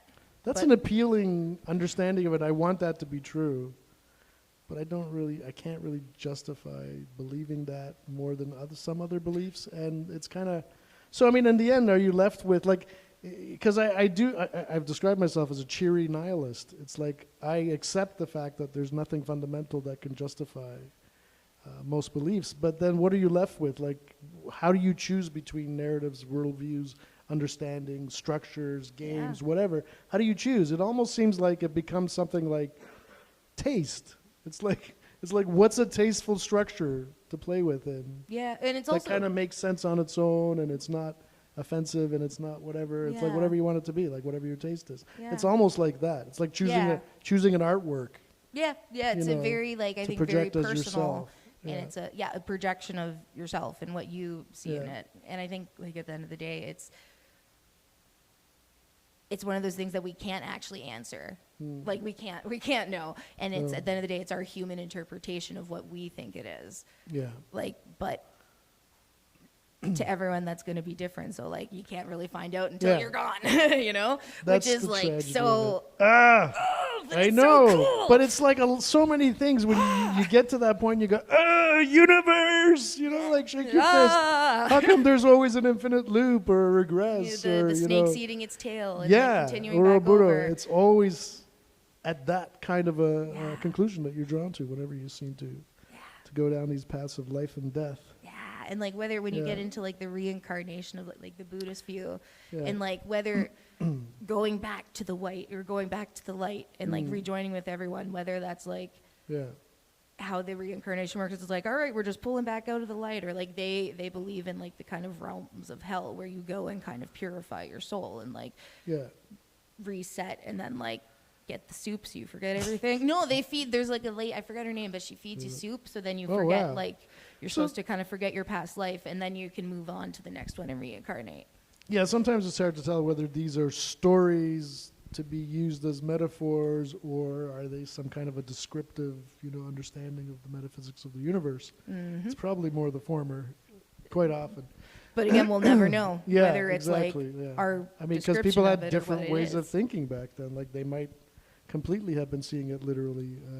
Maybe it wasn't metaphoric at all for some of them. Like I don't know. That's It's the kinda question. Yeah, fascinating. is it like is it a metaphor? probably Is it an metaphor. archetype, or is it Yeah. is it true, or were they all based on the same thing, or were they like different interpretations of the same thing? It's so Yeah. oh, it's so cool. Yeah. The it world is cool. fascinating. It's an endless subject matter. We'll continue to study it. Life and death. Absoluter. Life and death. Faye Pullett. Jake Jank. All right. Hey. Thank you, Faye Pullett. That's great. I guess I'll just stand up and do more like, it's not comedy, but it's stand up. Jake Jank. Jake Jenk, thank you. Faye Pullett, thank you. Great. I mean, we're coming up to the end of it. I think, Dexter, are you into it? Would you want to do, not right away, but I'm just going to say a couple of words, but yeah, okay. So, we're changing things around here. We're gonna do some weird stuff, and that's what we're all about. We are about to become basically like a tea house, a tea garden or something. During the day, Sean's going to be here, and we're going to... yeah, I'm getting there. It's like a Turkish tea house in a way. My heritage is Turkish, and it's an easy thing to do. So we're going to have a tea, brewing all the time, a Turkish tea, that you'll be able to choose between 4 different flowers and 4 different extracts to put in it. And you could have like a lavender hibiscus type of Turkish tea, whatever. And the idea is that we basically stay open during the day. And then, what happens during the day? Well, I mean, right now, we're just going to keep it open. Like, you can come and have a tea, or we'll have some Turkish snacks as well. Or you can just come and maybe just get on stage and rehearse something, You can just get up here and do your set, practice. And so the people here are going to have basically an understanding that if you come to perform here or rehearse here, there might be one person. They might not even be paying attention to you. They might. It's like a rehearsal space, but you may or may not have a crowd there, right? I mean, why not? And it's kind of fun for both sides. The audience, if you happen to just be randomly walking by and having a tea, someone could just get up on stage and start talking. Like, what the fuck? That sounds fun, That could be some kind of a novelty destination. Who knows? Maybe people buy into that concept. I like to think so. So we're also getting a schedule of shows that are becoming more regular. Mondays is this show, which we've been calling Sofa So Good, but it might change the name because we're so early in the game of this. The name might change. It's okay. And on Tuesdays, we're going to have table reads. This week, it's going to be Will and Grace with a few comedic actors taking the roles of the main characters, and people from the audience will also participate as minor characters. That's on Tuesday.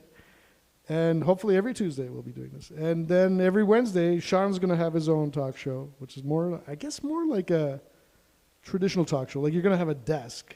I may have a desk too. I don't know. We're talking about changing up. Like I'm drawn to this couch, and I like the idea. And is it couch or sofa in Canada? I think we say couch more often in Canada and sofas more often in the U.S., but it just sounds better. Sofa So Good. And I like the idea of it, but what I find is that I like to face the crowd when I do that. It's fine. But when I'm talking to somebody directly, I have to turn and my voice changes. It becomes more constricted, right? I don't feel like, and then I have to sit like this, and that becomes weird. So, I don't know. Maybe we'll have a stool. I don't know. We can't figure this out. We'll get it right. And, we have right now, we're streaming live, and we have, like 2s or 3s of people watching. So, if that. We're going to have the last performer of the... Oh, no, wait. Eamon's here. Let's do Eamon first. Yeah, okay, yeah. Eamon, if you're ready to go. Eamon! Yeah.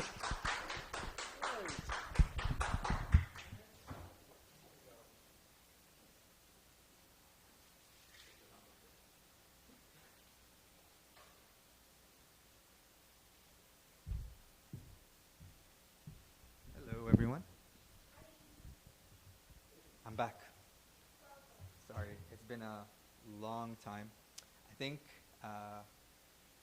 Dex, the last time I was here was before you went on vacation. And then it's just been, life has been happening. Got diagnosed with tennis elbow, even though I don't play tennis, hence the drugs on that table. They are prescription, nothing severe, just ibuprofen. So, I've been listening to everything you guys have been saying, and as always, I have something to say. So, number one, did you know, going by what you said, Faye, about yeast being alive, when you walk out in the morning and you smell freshly cut grass, how does that make you feel? Right? What if I told you that that's the grass screaming because it's being killed? It's releasing something to warn other blades of grass that we are being murdered. So take precaution. Yeah. So there you go. The second thing, we were talking about religion, and I always find it interesting because I'm a practicing Muslim. And I read up a lot about other religions, and again, I noted what you said, Faye, about your dad reading you Greek mythology, and how before we had mythology and then Christianity. You ever notice how Zeus looks a lot like Jake, who looks a lot like the depiction of God in the Bible? Yeah, it's not a coincidence. It's how they got the Greeks to accept Christianity. They're like, okay, we're going to take the one God you have, the Almighty, and he's going to be our God. Okay?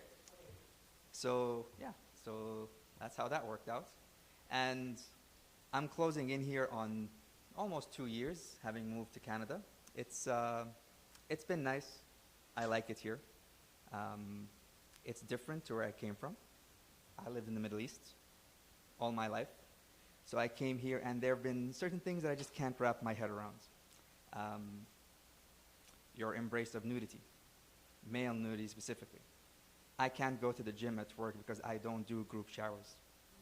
We are raised in the Middle East to have, it's kind of like the Turkish baths, Jake.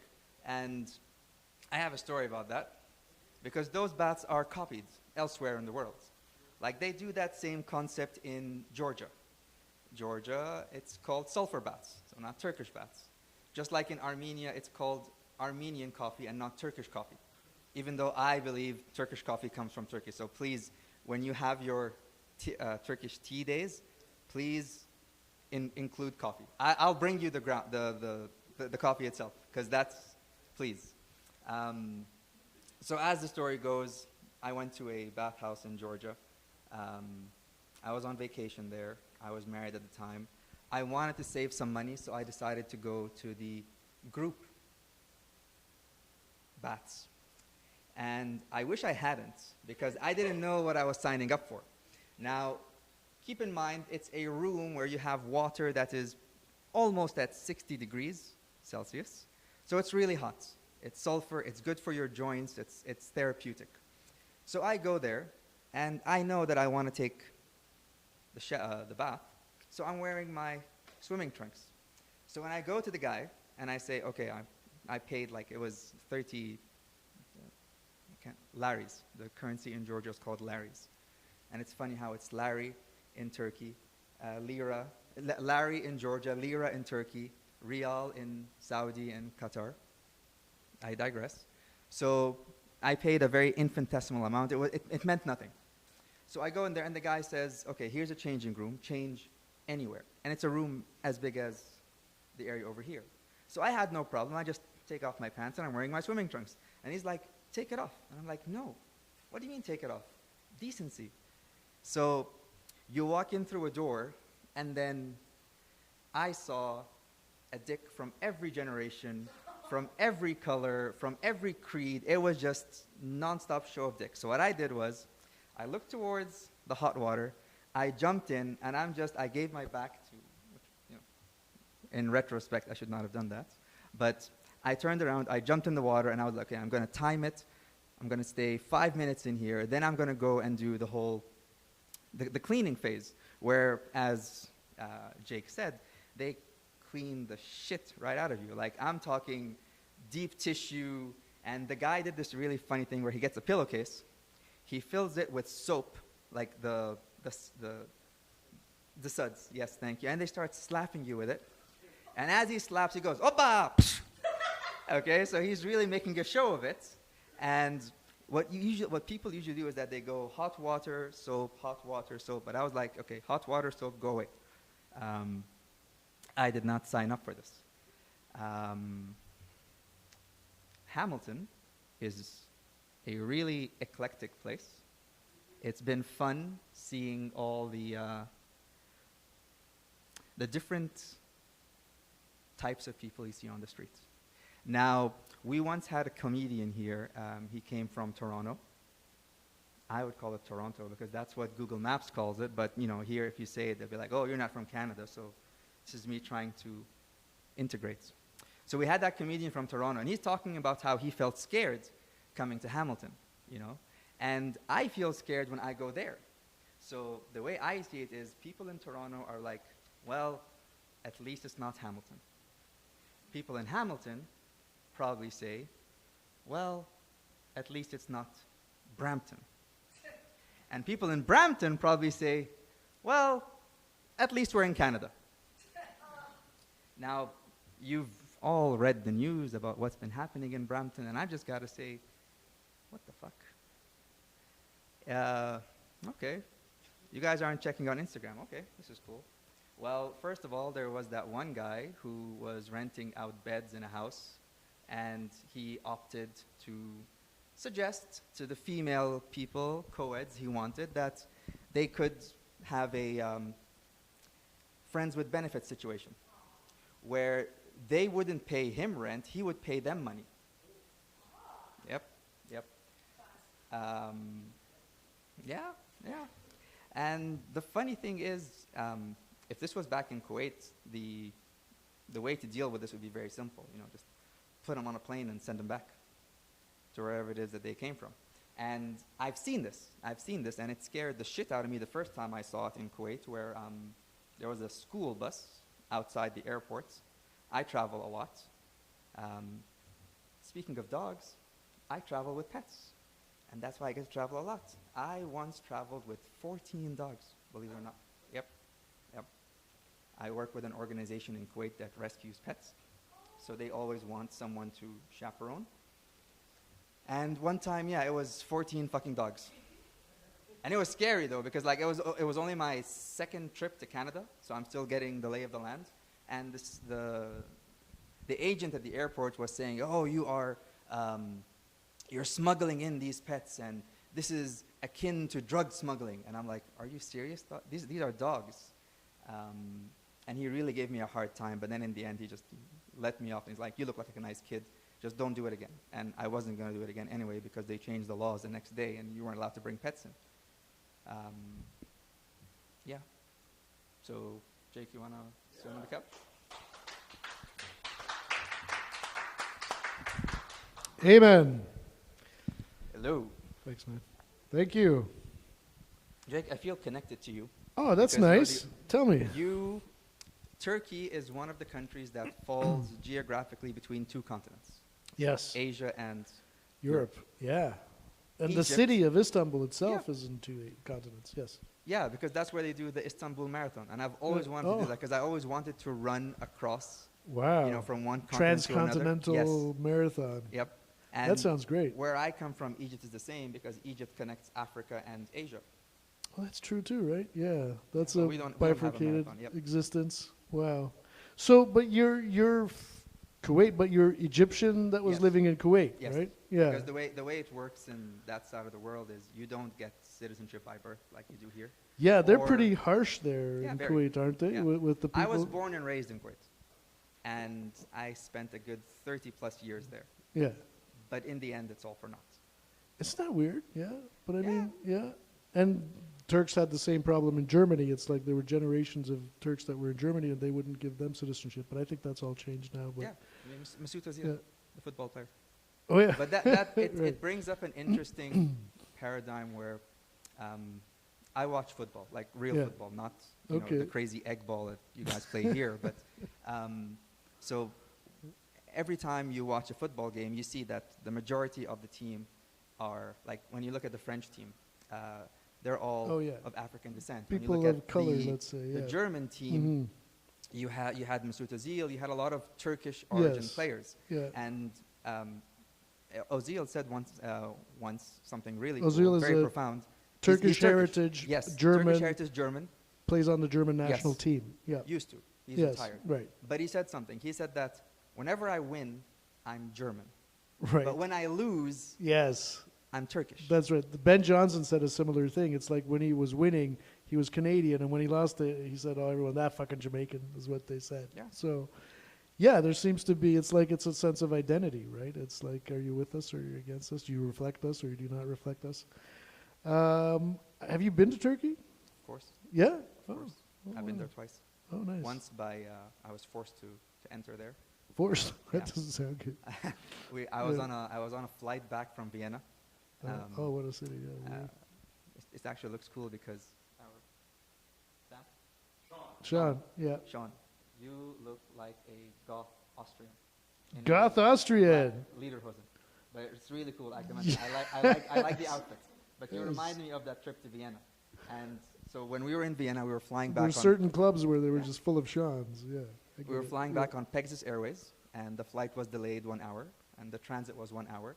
So when we landed in Sabiha Airport, Okay, the other further they said one. your flight has already left. Mm. We've booked you on another flight. It's 24 hours later, Oh, so you can stay. oh, bonus. But yeah, but you have to like. And again, at the time, Could you leave the airport or did you? I only left on a technicality because Oh. my visa was valid for 2 weeks. Okay. And the So you were Schengen allowed- visa I had. So did you have time to go into Yeah, the city? we did. Oh, No, wow. they didn't let us go in the city because when we Oh. went to the 'Cause hotel, it's pretty far from they there. took our passports. Well, They were that- like, that doesn't we don't want sound to right. leave because they're afraid we're going to escape in Turkey. And before that, I'd gone for like 3 days. I went to Istanbul. I went Mm. to the Blue Mosque. I went to the catacombs. Yeah, Did the dress up. Did the yeah, cruise down the Bosphorus. It was amazing. yeah. I Turkish was just food is there amazing. recently. Yeah, the food is great. Yeah, and it's funny because I go there and I eat. I eat a lot, but I end You up don't losing gain weight. Yeah. Yeah. Because you have to walk everywhere. There's that, but also the food is less processed. I think that helps as well. Although it's becoming more and more processed They every did time have I this go one there. thing I saw, Yeah. which I really wanted to try. They had like rice that was made in a pot.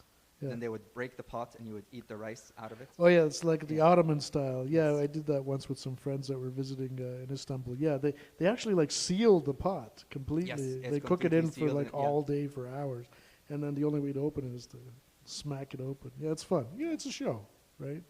It's a show, and we're And having a show. I'm sorry about what you said What? about how your dad passed away Oh, thank you. last Exactly October a year 7th, ago. Exactly a year ago, and Yeah, this show happening here, and with everything else that's been happening in the world, yeah.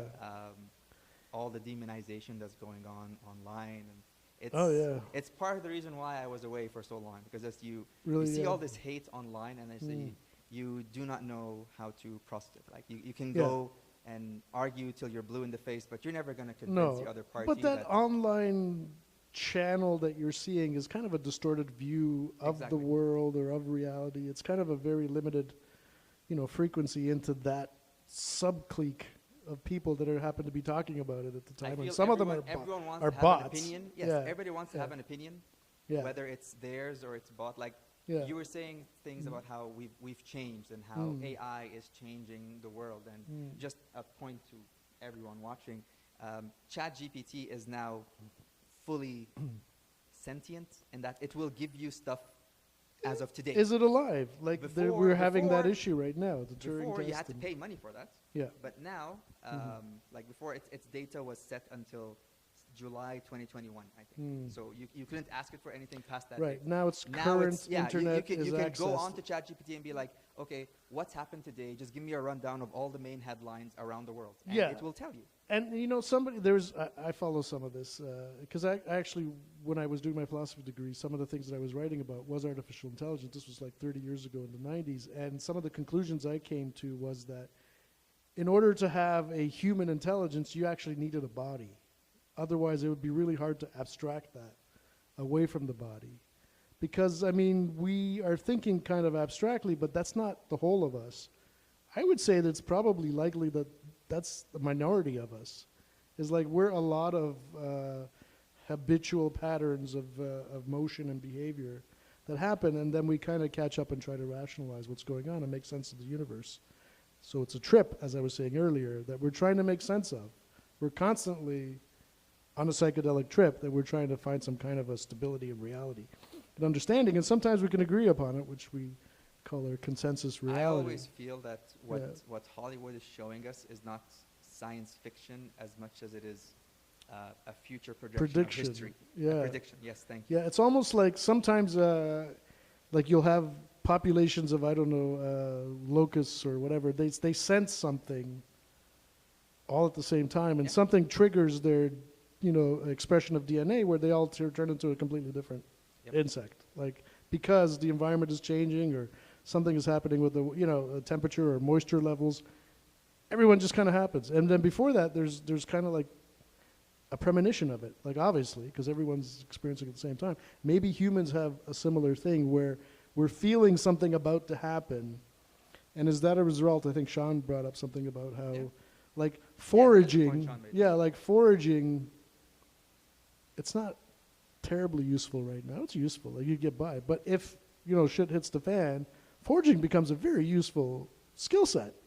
Like those are the people that are going to survive. So if the environment there was a changes, saying online where like this guy is saying, I drove a Chevrolet, my son drives a Mercedes, his son drives a Maybach, and then his son will go back to driving a Chevrolet. And then like Oh, not the even. caption was, Yeah.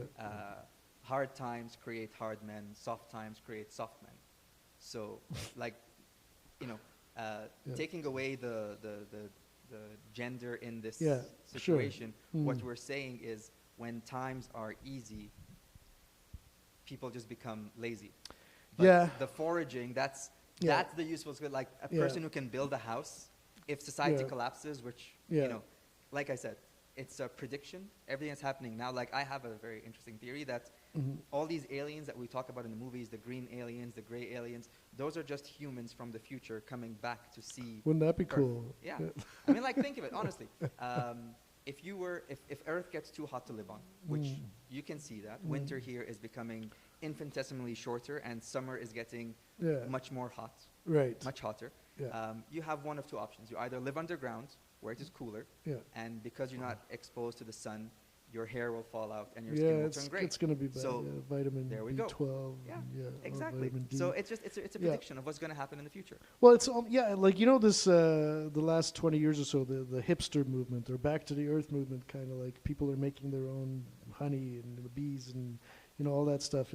All of a sudden, it became just part of culture.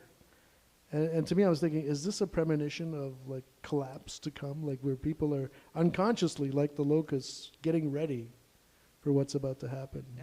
I Like wonder. right now, we're all Yeah. fighting over land, even though there's Yeah. when you drill down into it. Like I'll give Egypt as an example because I know more about it. Out of 100% of the land, people are only living on 5, maybe 10%, and that's just around the Nile. Yeah, of And course, I'm water pretty is sure the it's the thing. same Yeah. here in Canada. I don't Yeah. know the exact specifics, but Canada is humongous. Yeah, it's And always I know near that water. people are just like Yeah. situated in Mhm. Toronto, in Calgary, and Yeah. nobody goes where. So Yeah. we're all just in one place, and right Yeah. now we're still fighting over Yeah. land. But there's still too many of us, maybe. Like, it's not that unreasonable to think. I mean, it's kind of hard to argue that, it seems, in today's world, because it's a lot of our economic systems are geared in such a way that growth is the most important thing, which is kind of like life and more life without death. It's like everything needs to keep growing forever. But the life form that needs to keep growing forever is cancer, in a way, right? Like it's like, are we doing this right? Like, what are we doing? We're encouraging systems that are rewarded for basically living forever without allowing other generations to. I mean, so there's a metaphor of like there's income inequality. It's like the old people aren't getting out of the way.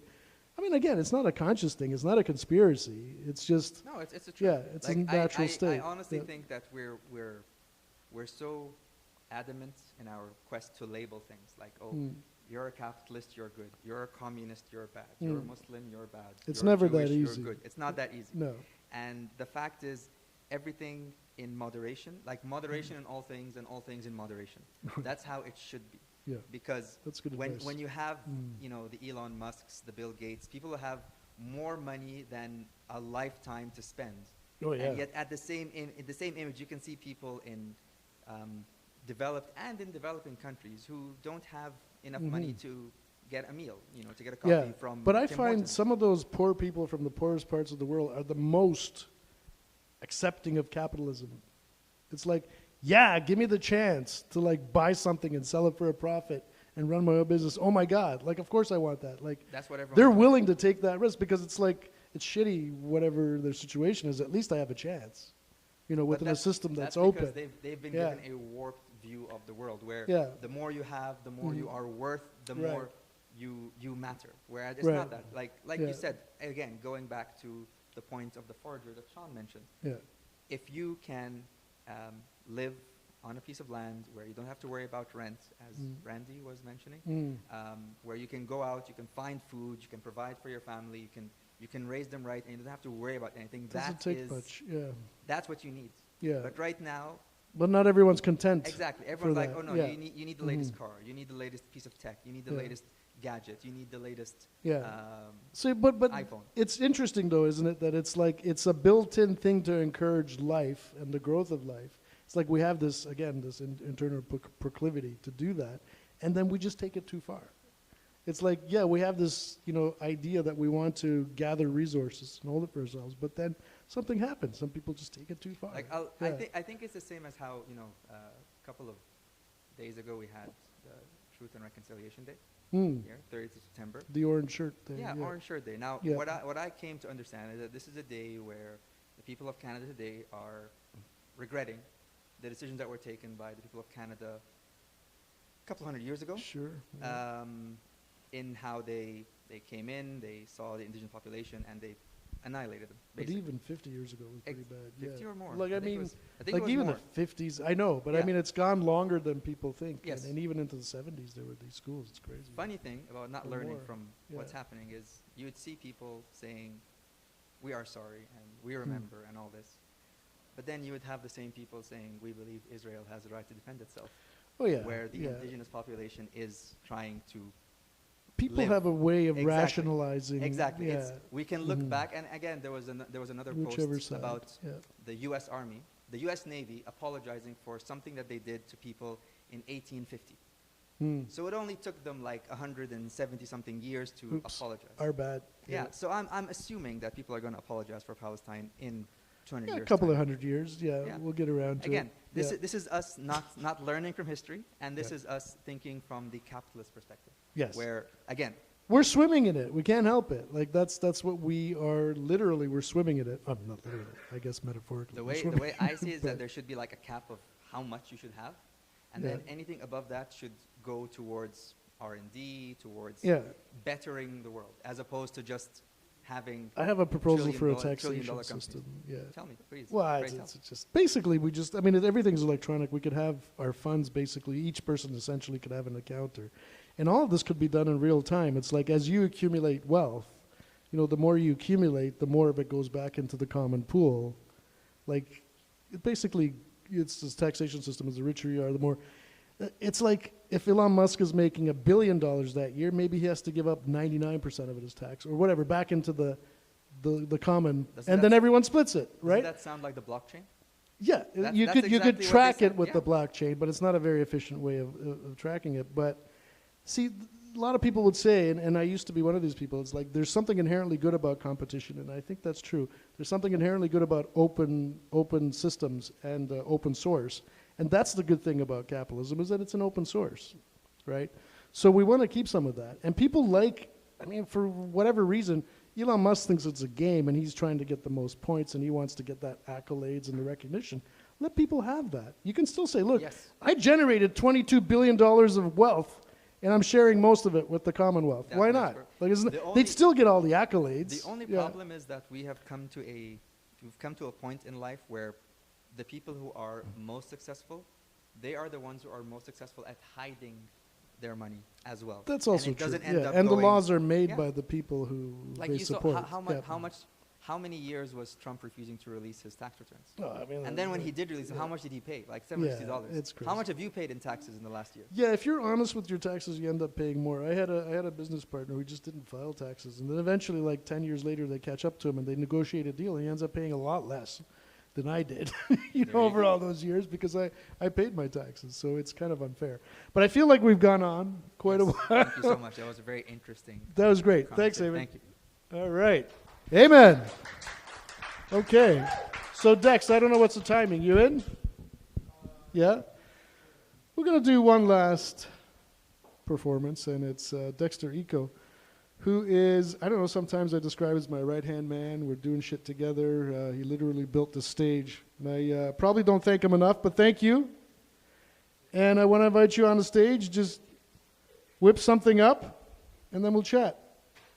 Dexter Eco.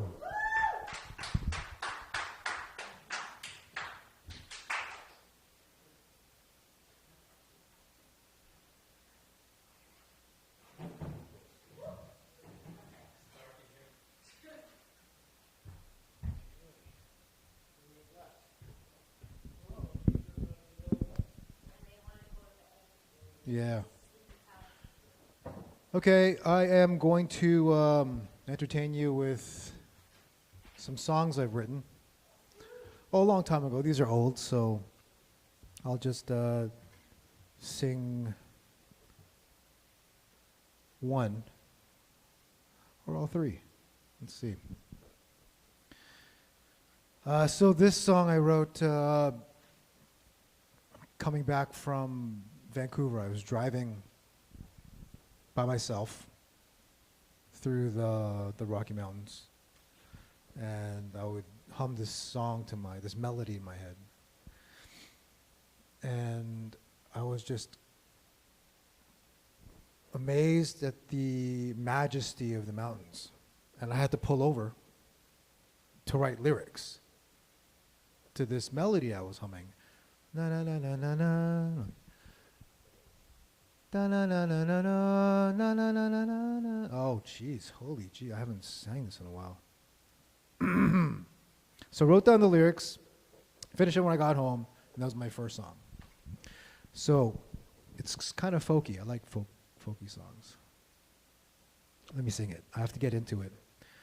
Do do do do do do do do do do do do do do do do do do. Na na na na na na na na na na na na na. Na na na na na na na na na na na na na na. Na na na na na na na na na. Step into my power. Step into my power, friend of mine. Step into my power. Step into my power, love you'll find. Step into my power. Step into my power, friend of mine. Step into my power. Step into my power, love you'll find every day, every hour. People fall in love, people die. What is mine is now ours. How can there be owners to living life? From a seed grows a flower. Brighter the star, darker the night. I'm a nail, they're a hammer. Release all your anger on peace of mind. Step into my power. Step into my power, friend of mine. Step into my power. Step into my power, love you'll find. Every tear is the ocean. You're another me, so who am I? Know what poisons the... know who poisons the... hold on a second. I forgot the lyrics. Every tear is the ocean. You're another me, so who am I? Know the poison in potions. then accept the notion that all is right in unconscious compulsion. Data dives deep, feelings fly high through facts and distortion. Dancing through emotions to redefine. Step into my power. Step into my power. Friend of mine, step into my power. Step into my power. Love you'll find. Every child loves the goddess. Every warrior protects the child. Redefine what success is. If in it possesses more appetite, when I die, wear my ashes. Symbolize the fashion for living life, make them feel the attraction. Unplug for connection, now's the time. Step into my power. That's it.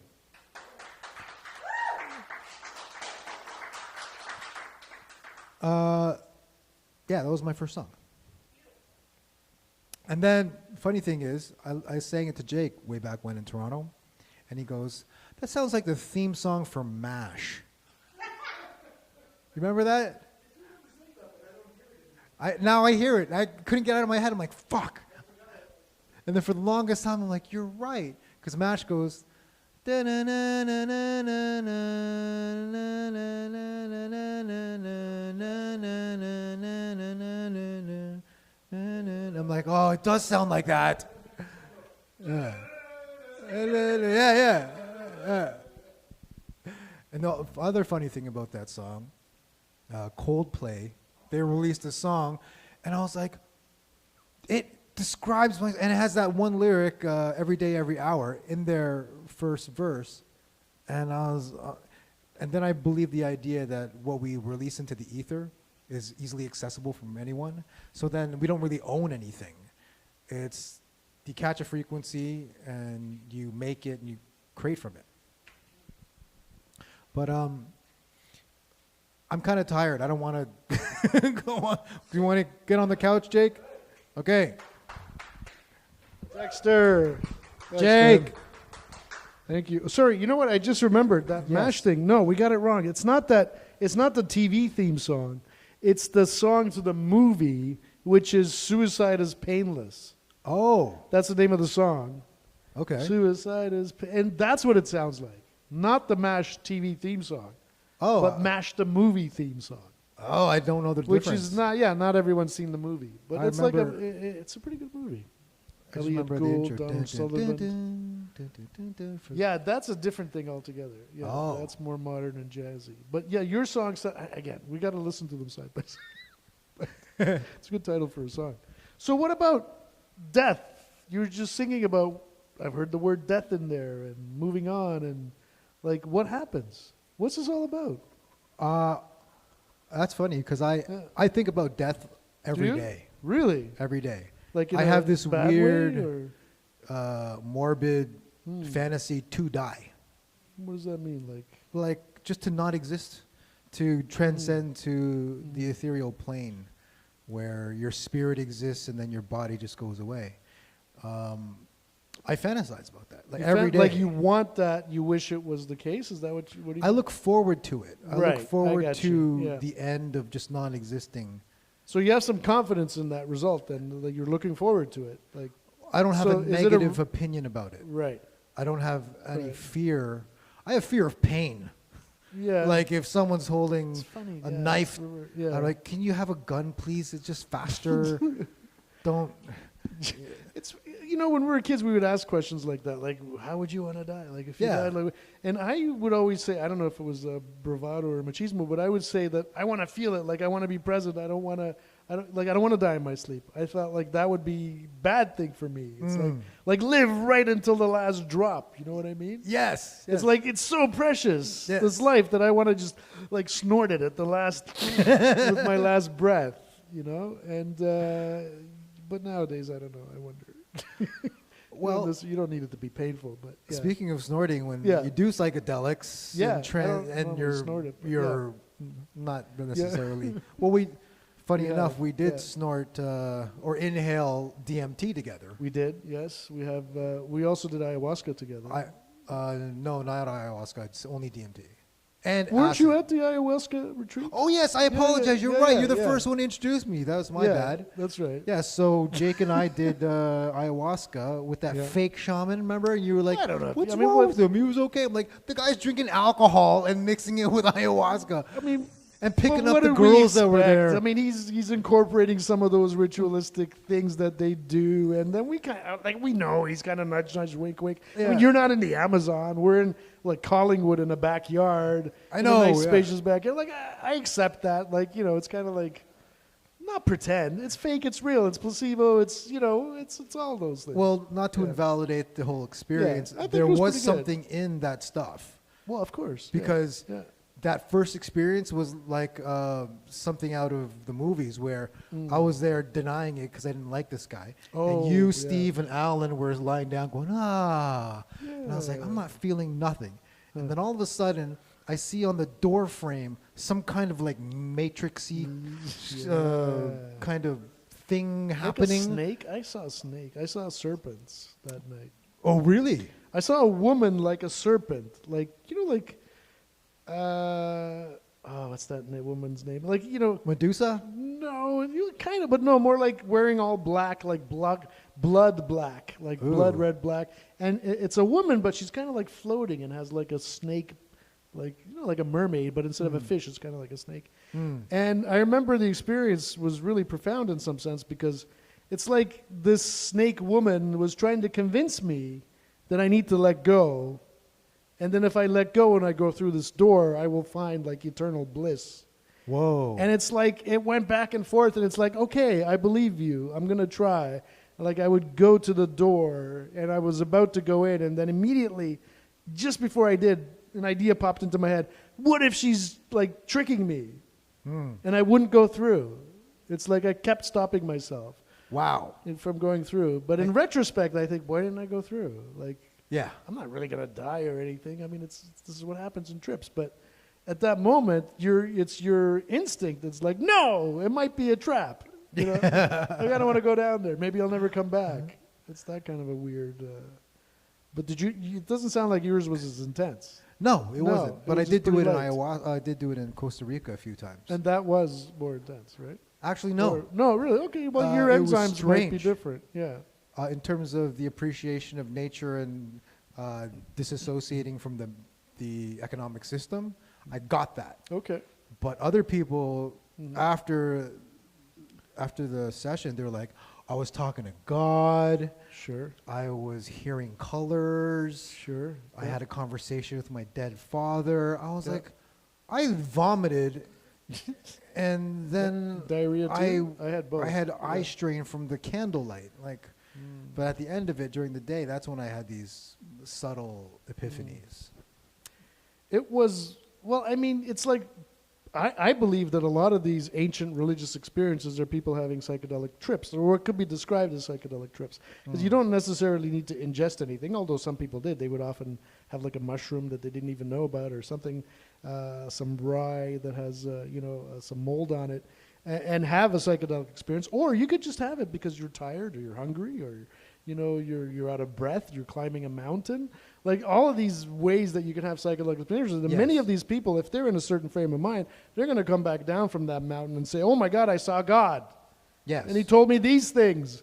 These 10 commandments? I don't know. Maybe Moses is doing this too. Like maybe all of these people that are having these experiences, it's how you choose to interpret your set and setting. Like you could see God if that's what you're predisposed to. Well, they say You once could you see die, numbers, whatever. Yeah. you naturally release all the DMT The in your... DMT in the pineal gland. Right. That's kind of unproven, but that's a very interesting and tantalizing theory. Is that when you die, like it's like your body releases the DMT and you fall into this like dreamscape, which is the DMT realm, and you die that way. Well, that'd be pretty cool. But I mean, would you want to stay in that realm forever? Is that what that means, though? Like No, I think that there's... seems scary. That seems like a hell. How would you, or do you no. eventually make sense of it and you become a god in that realm, and maybe you create your own worlds? What I accept is there's Yeah. like different levels of dimensions. And when you when our spirit returns home, it's like this is kind of like a cartoon. It's like a cardboard cutout of the actual. So there's more. It's kind of an idealism, right? It's that, this is like ancient Christian and Platonic. The idea is that we have our reality, and then there's another higher reality Yes. that you sometimes have access to or glimpses of, but you never really get a hold of.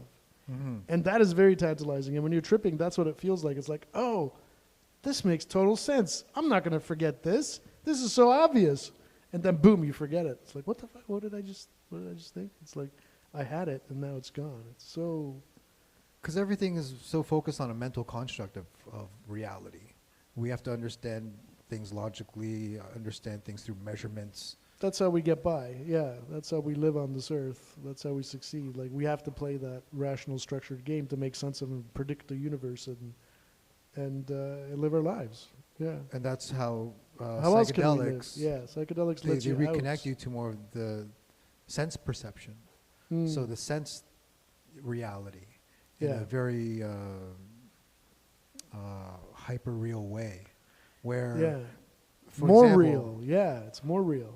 when you start walking barefoot, you become, it's like your feet have eyes and you know where danger is, like pieces of glass or nails. You start naturally avoiding it. Yeah. You're And making it's me like, want to really? have a trip. Yeah. And then when I hear people, how they can see blindfolded, they can use their chi to manipulate physical objects. Starting to lose me there, but yeah, I mean, I'd love to. I just haven't seen that happen. I've seen a few, and they're all totally Yeah. not related at all. Like Yeah. from kids doing it to Mm. Chinese grandmasters. Mm. They're manipulating things electrically using chi, and that's just, there's too many things You that might be people able can to access. trip some switches with some. You generate a field. I can see that we're electrical machines in some sense as well, and I can imagine we can start a field that can trip a switch, but you can't really make it do a bunch of things in a row.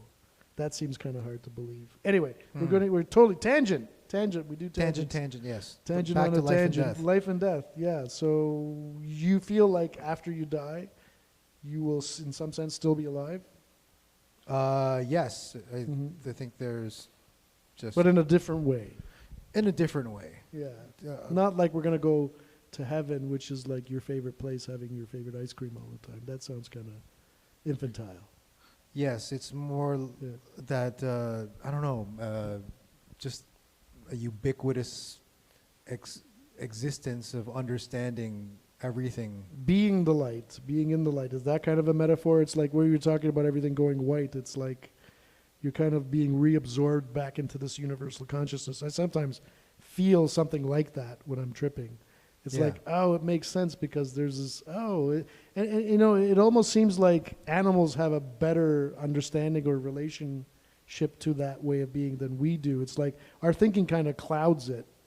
Yes. And makes it a little bit more confusing for us because we're trying to fit it into these blocks of understanding. Whereas like the simpler animals without our type of intelligence would just interact with the universe in a way that's more direct. Yes, and In some ways it feels like they have like a closer access to this universal being such that it may be. like a little thought experiment I have, is to imagine not using oral language to describe reality, Well, or to talk to each other it's challenging. at all. Just no talking. Could we still communicate? And You'd get something across, but you wouldn't get as much nuance and detail, unfortunately. But I you could think get we something would. There would be across. more of a, telepathic way of communicating or Yeah. reading people's subtle micro expressions and stuff. You're right. I think you're right about that. But here's the thing. When you have that transmission of what you're talking about, then your mind has to step in and interpret that as something, as Yes. information. Yes. So you're still using your mind to interpret it, even though you can't really avoid it. Yes. In order to know it, you're talking about your brain, your mind systems knowing it in a reflective way. Well, and what then I'm calling it saying true is or not. Yeah. that all problems exist in language. So Many do. if Wittgenstein. we call yeah, it a thank you. problem, this is wrong, we label things, and Yeah. then we associate those labels and kind of categorize people and things, and value them Yeah. according to whatever metric. That's a wise way of looking at it. I mean, like Wittgenstein, as I just mentioned, he described everything as language games. Yes. It's like we're just playing language games, and I'm using words, and we're communicating symbols, and it's like a game we learn to play. Mm-hmm. And we have definitions of words which are not based on anything. It's like to define a word, you need another word, and to define that word, you need another word, and to define that word, you need that first word, and somehow it works. It's like a strange language game that we just fall into and we play. And everything is that. We're just arguing about language games, is what he might say. Yeah. Yeah, there's some truth to that. I And like then that when way of we're looking not at talking, it. Yeah, I'd say we're just sitting in silence, gazing at stars. There's a lot of communication going on. yeah, but it's a different kind of communication. It's a different kind of It's more like communication. a body systems and less mind systems. Yeah. Yeah, and that's where I feel. That's important, and a lot of people, you know, you might say that people have lost the connection to that, so like part of me thinks that psychedelics helps in that sense is that when you're in such a state of a trip, it's like you have access to more frequencies that are always there, but you've kind of like learned to block them out in your everyday consensus reality. And when you take LSD, for example, it's like, oh, now I have access to those frequencies that I don't normally see, but they're always there. Mm. I'm just not seeing those patterns. They just become more apparent to you. Yes. It's like you get access to more of reality. It doesn't seem to be a delusion, because even when you come back, it still makes more real. Mm-hmm. Life and death. Yes. I think that's pretty good. So we had a wonderful show. Huge turnout. I wish everyone could be here. It's like the house is packed. You will edit that in.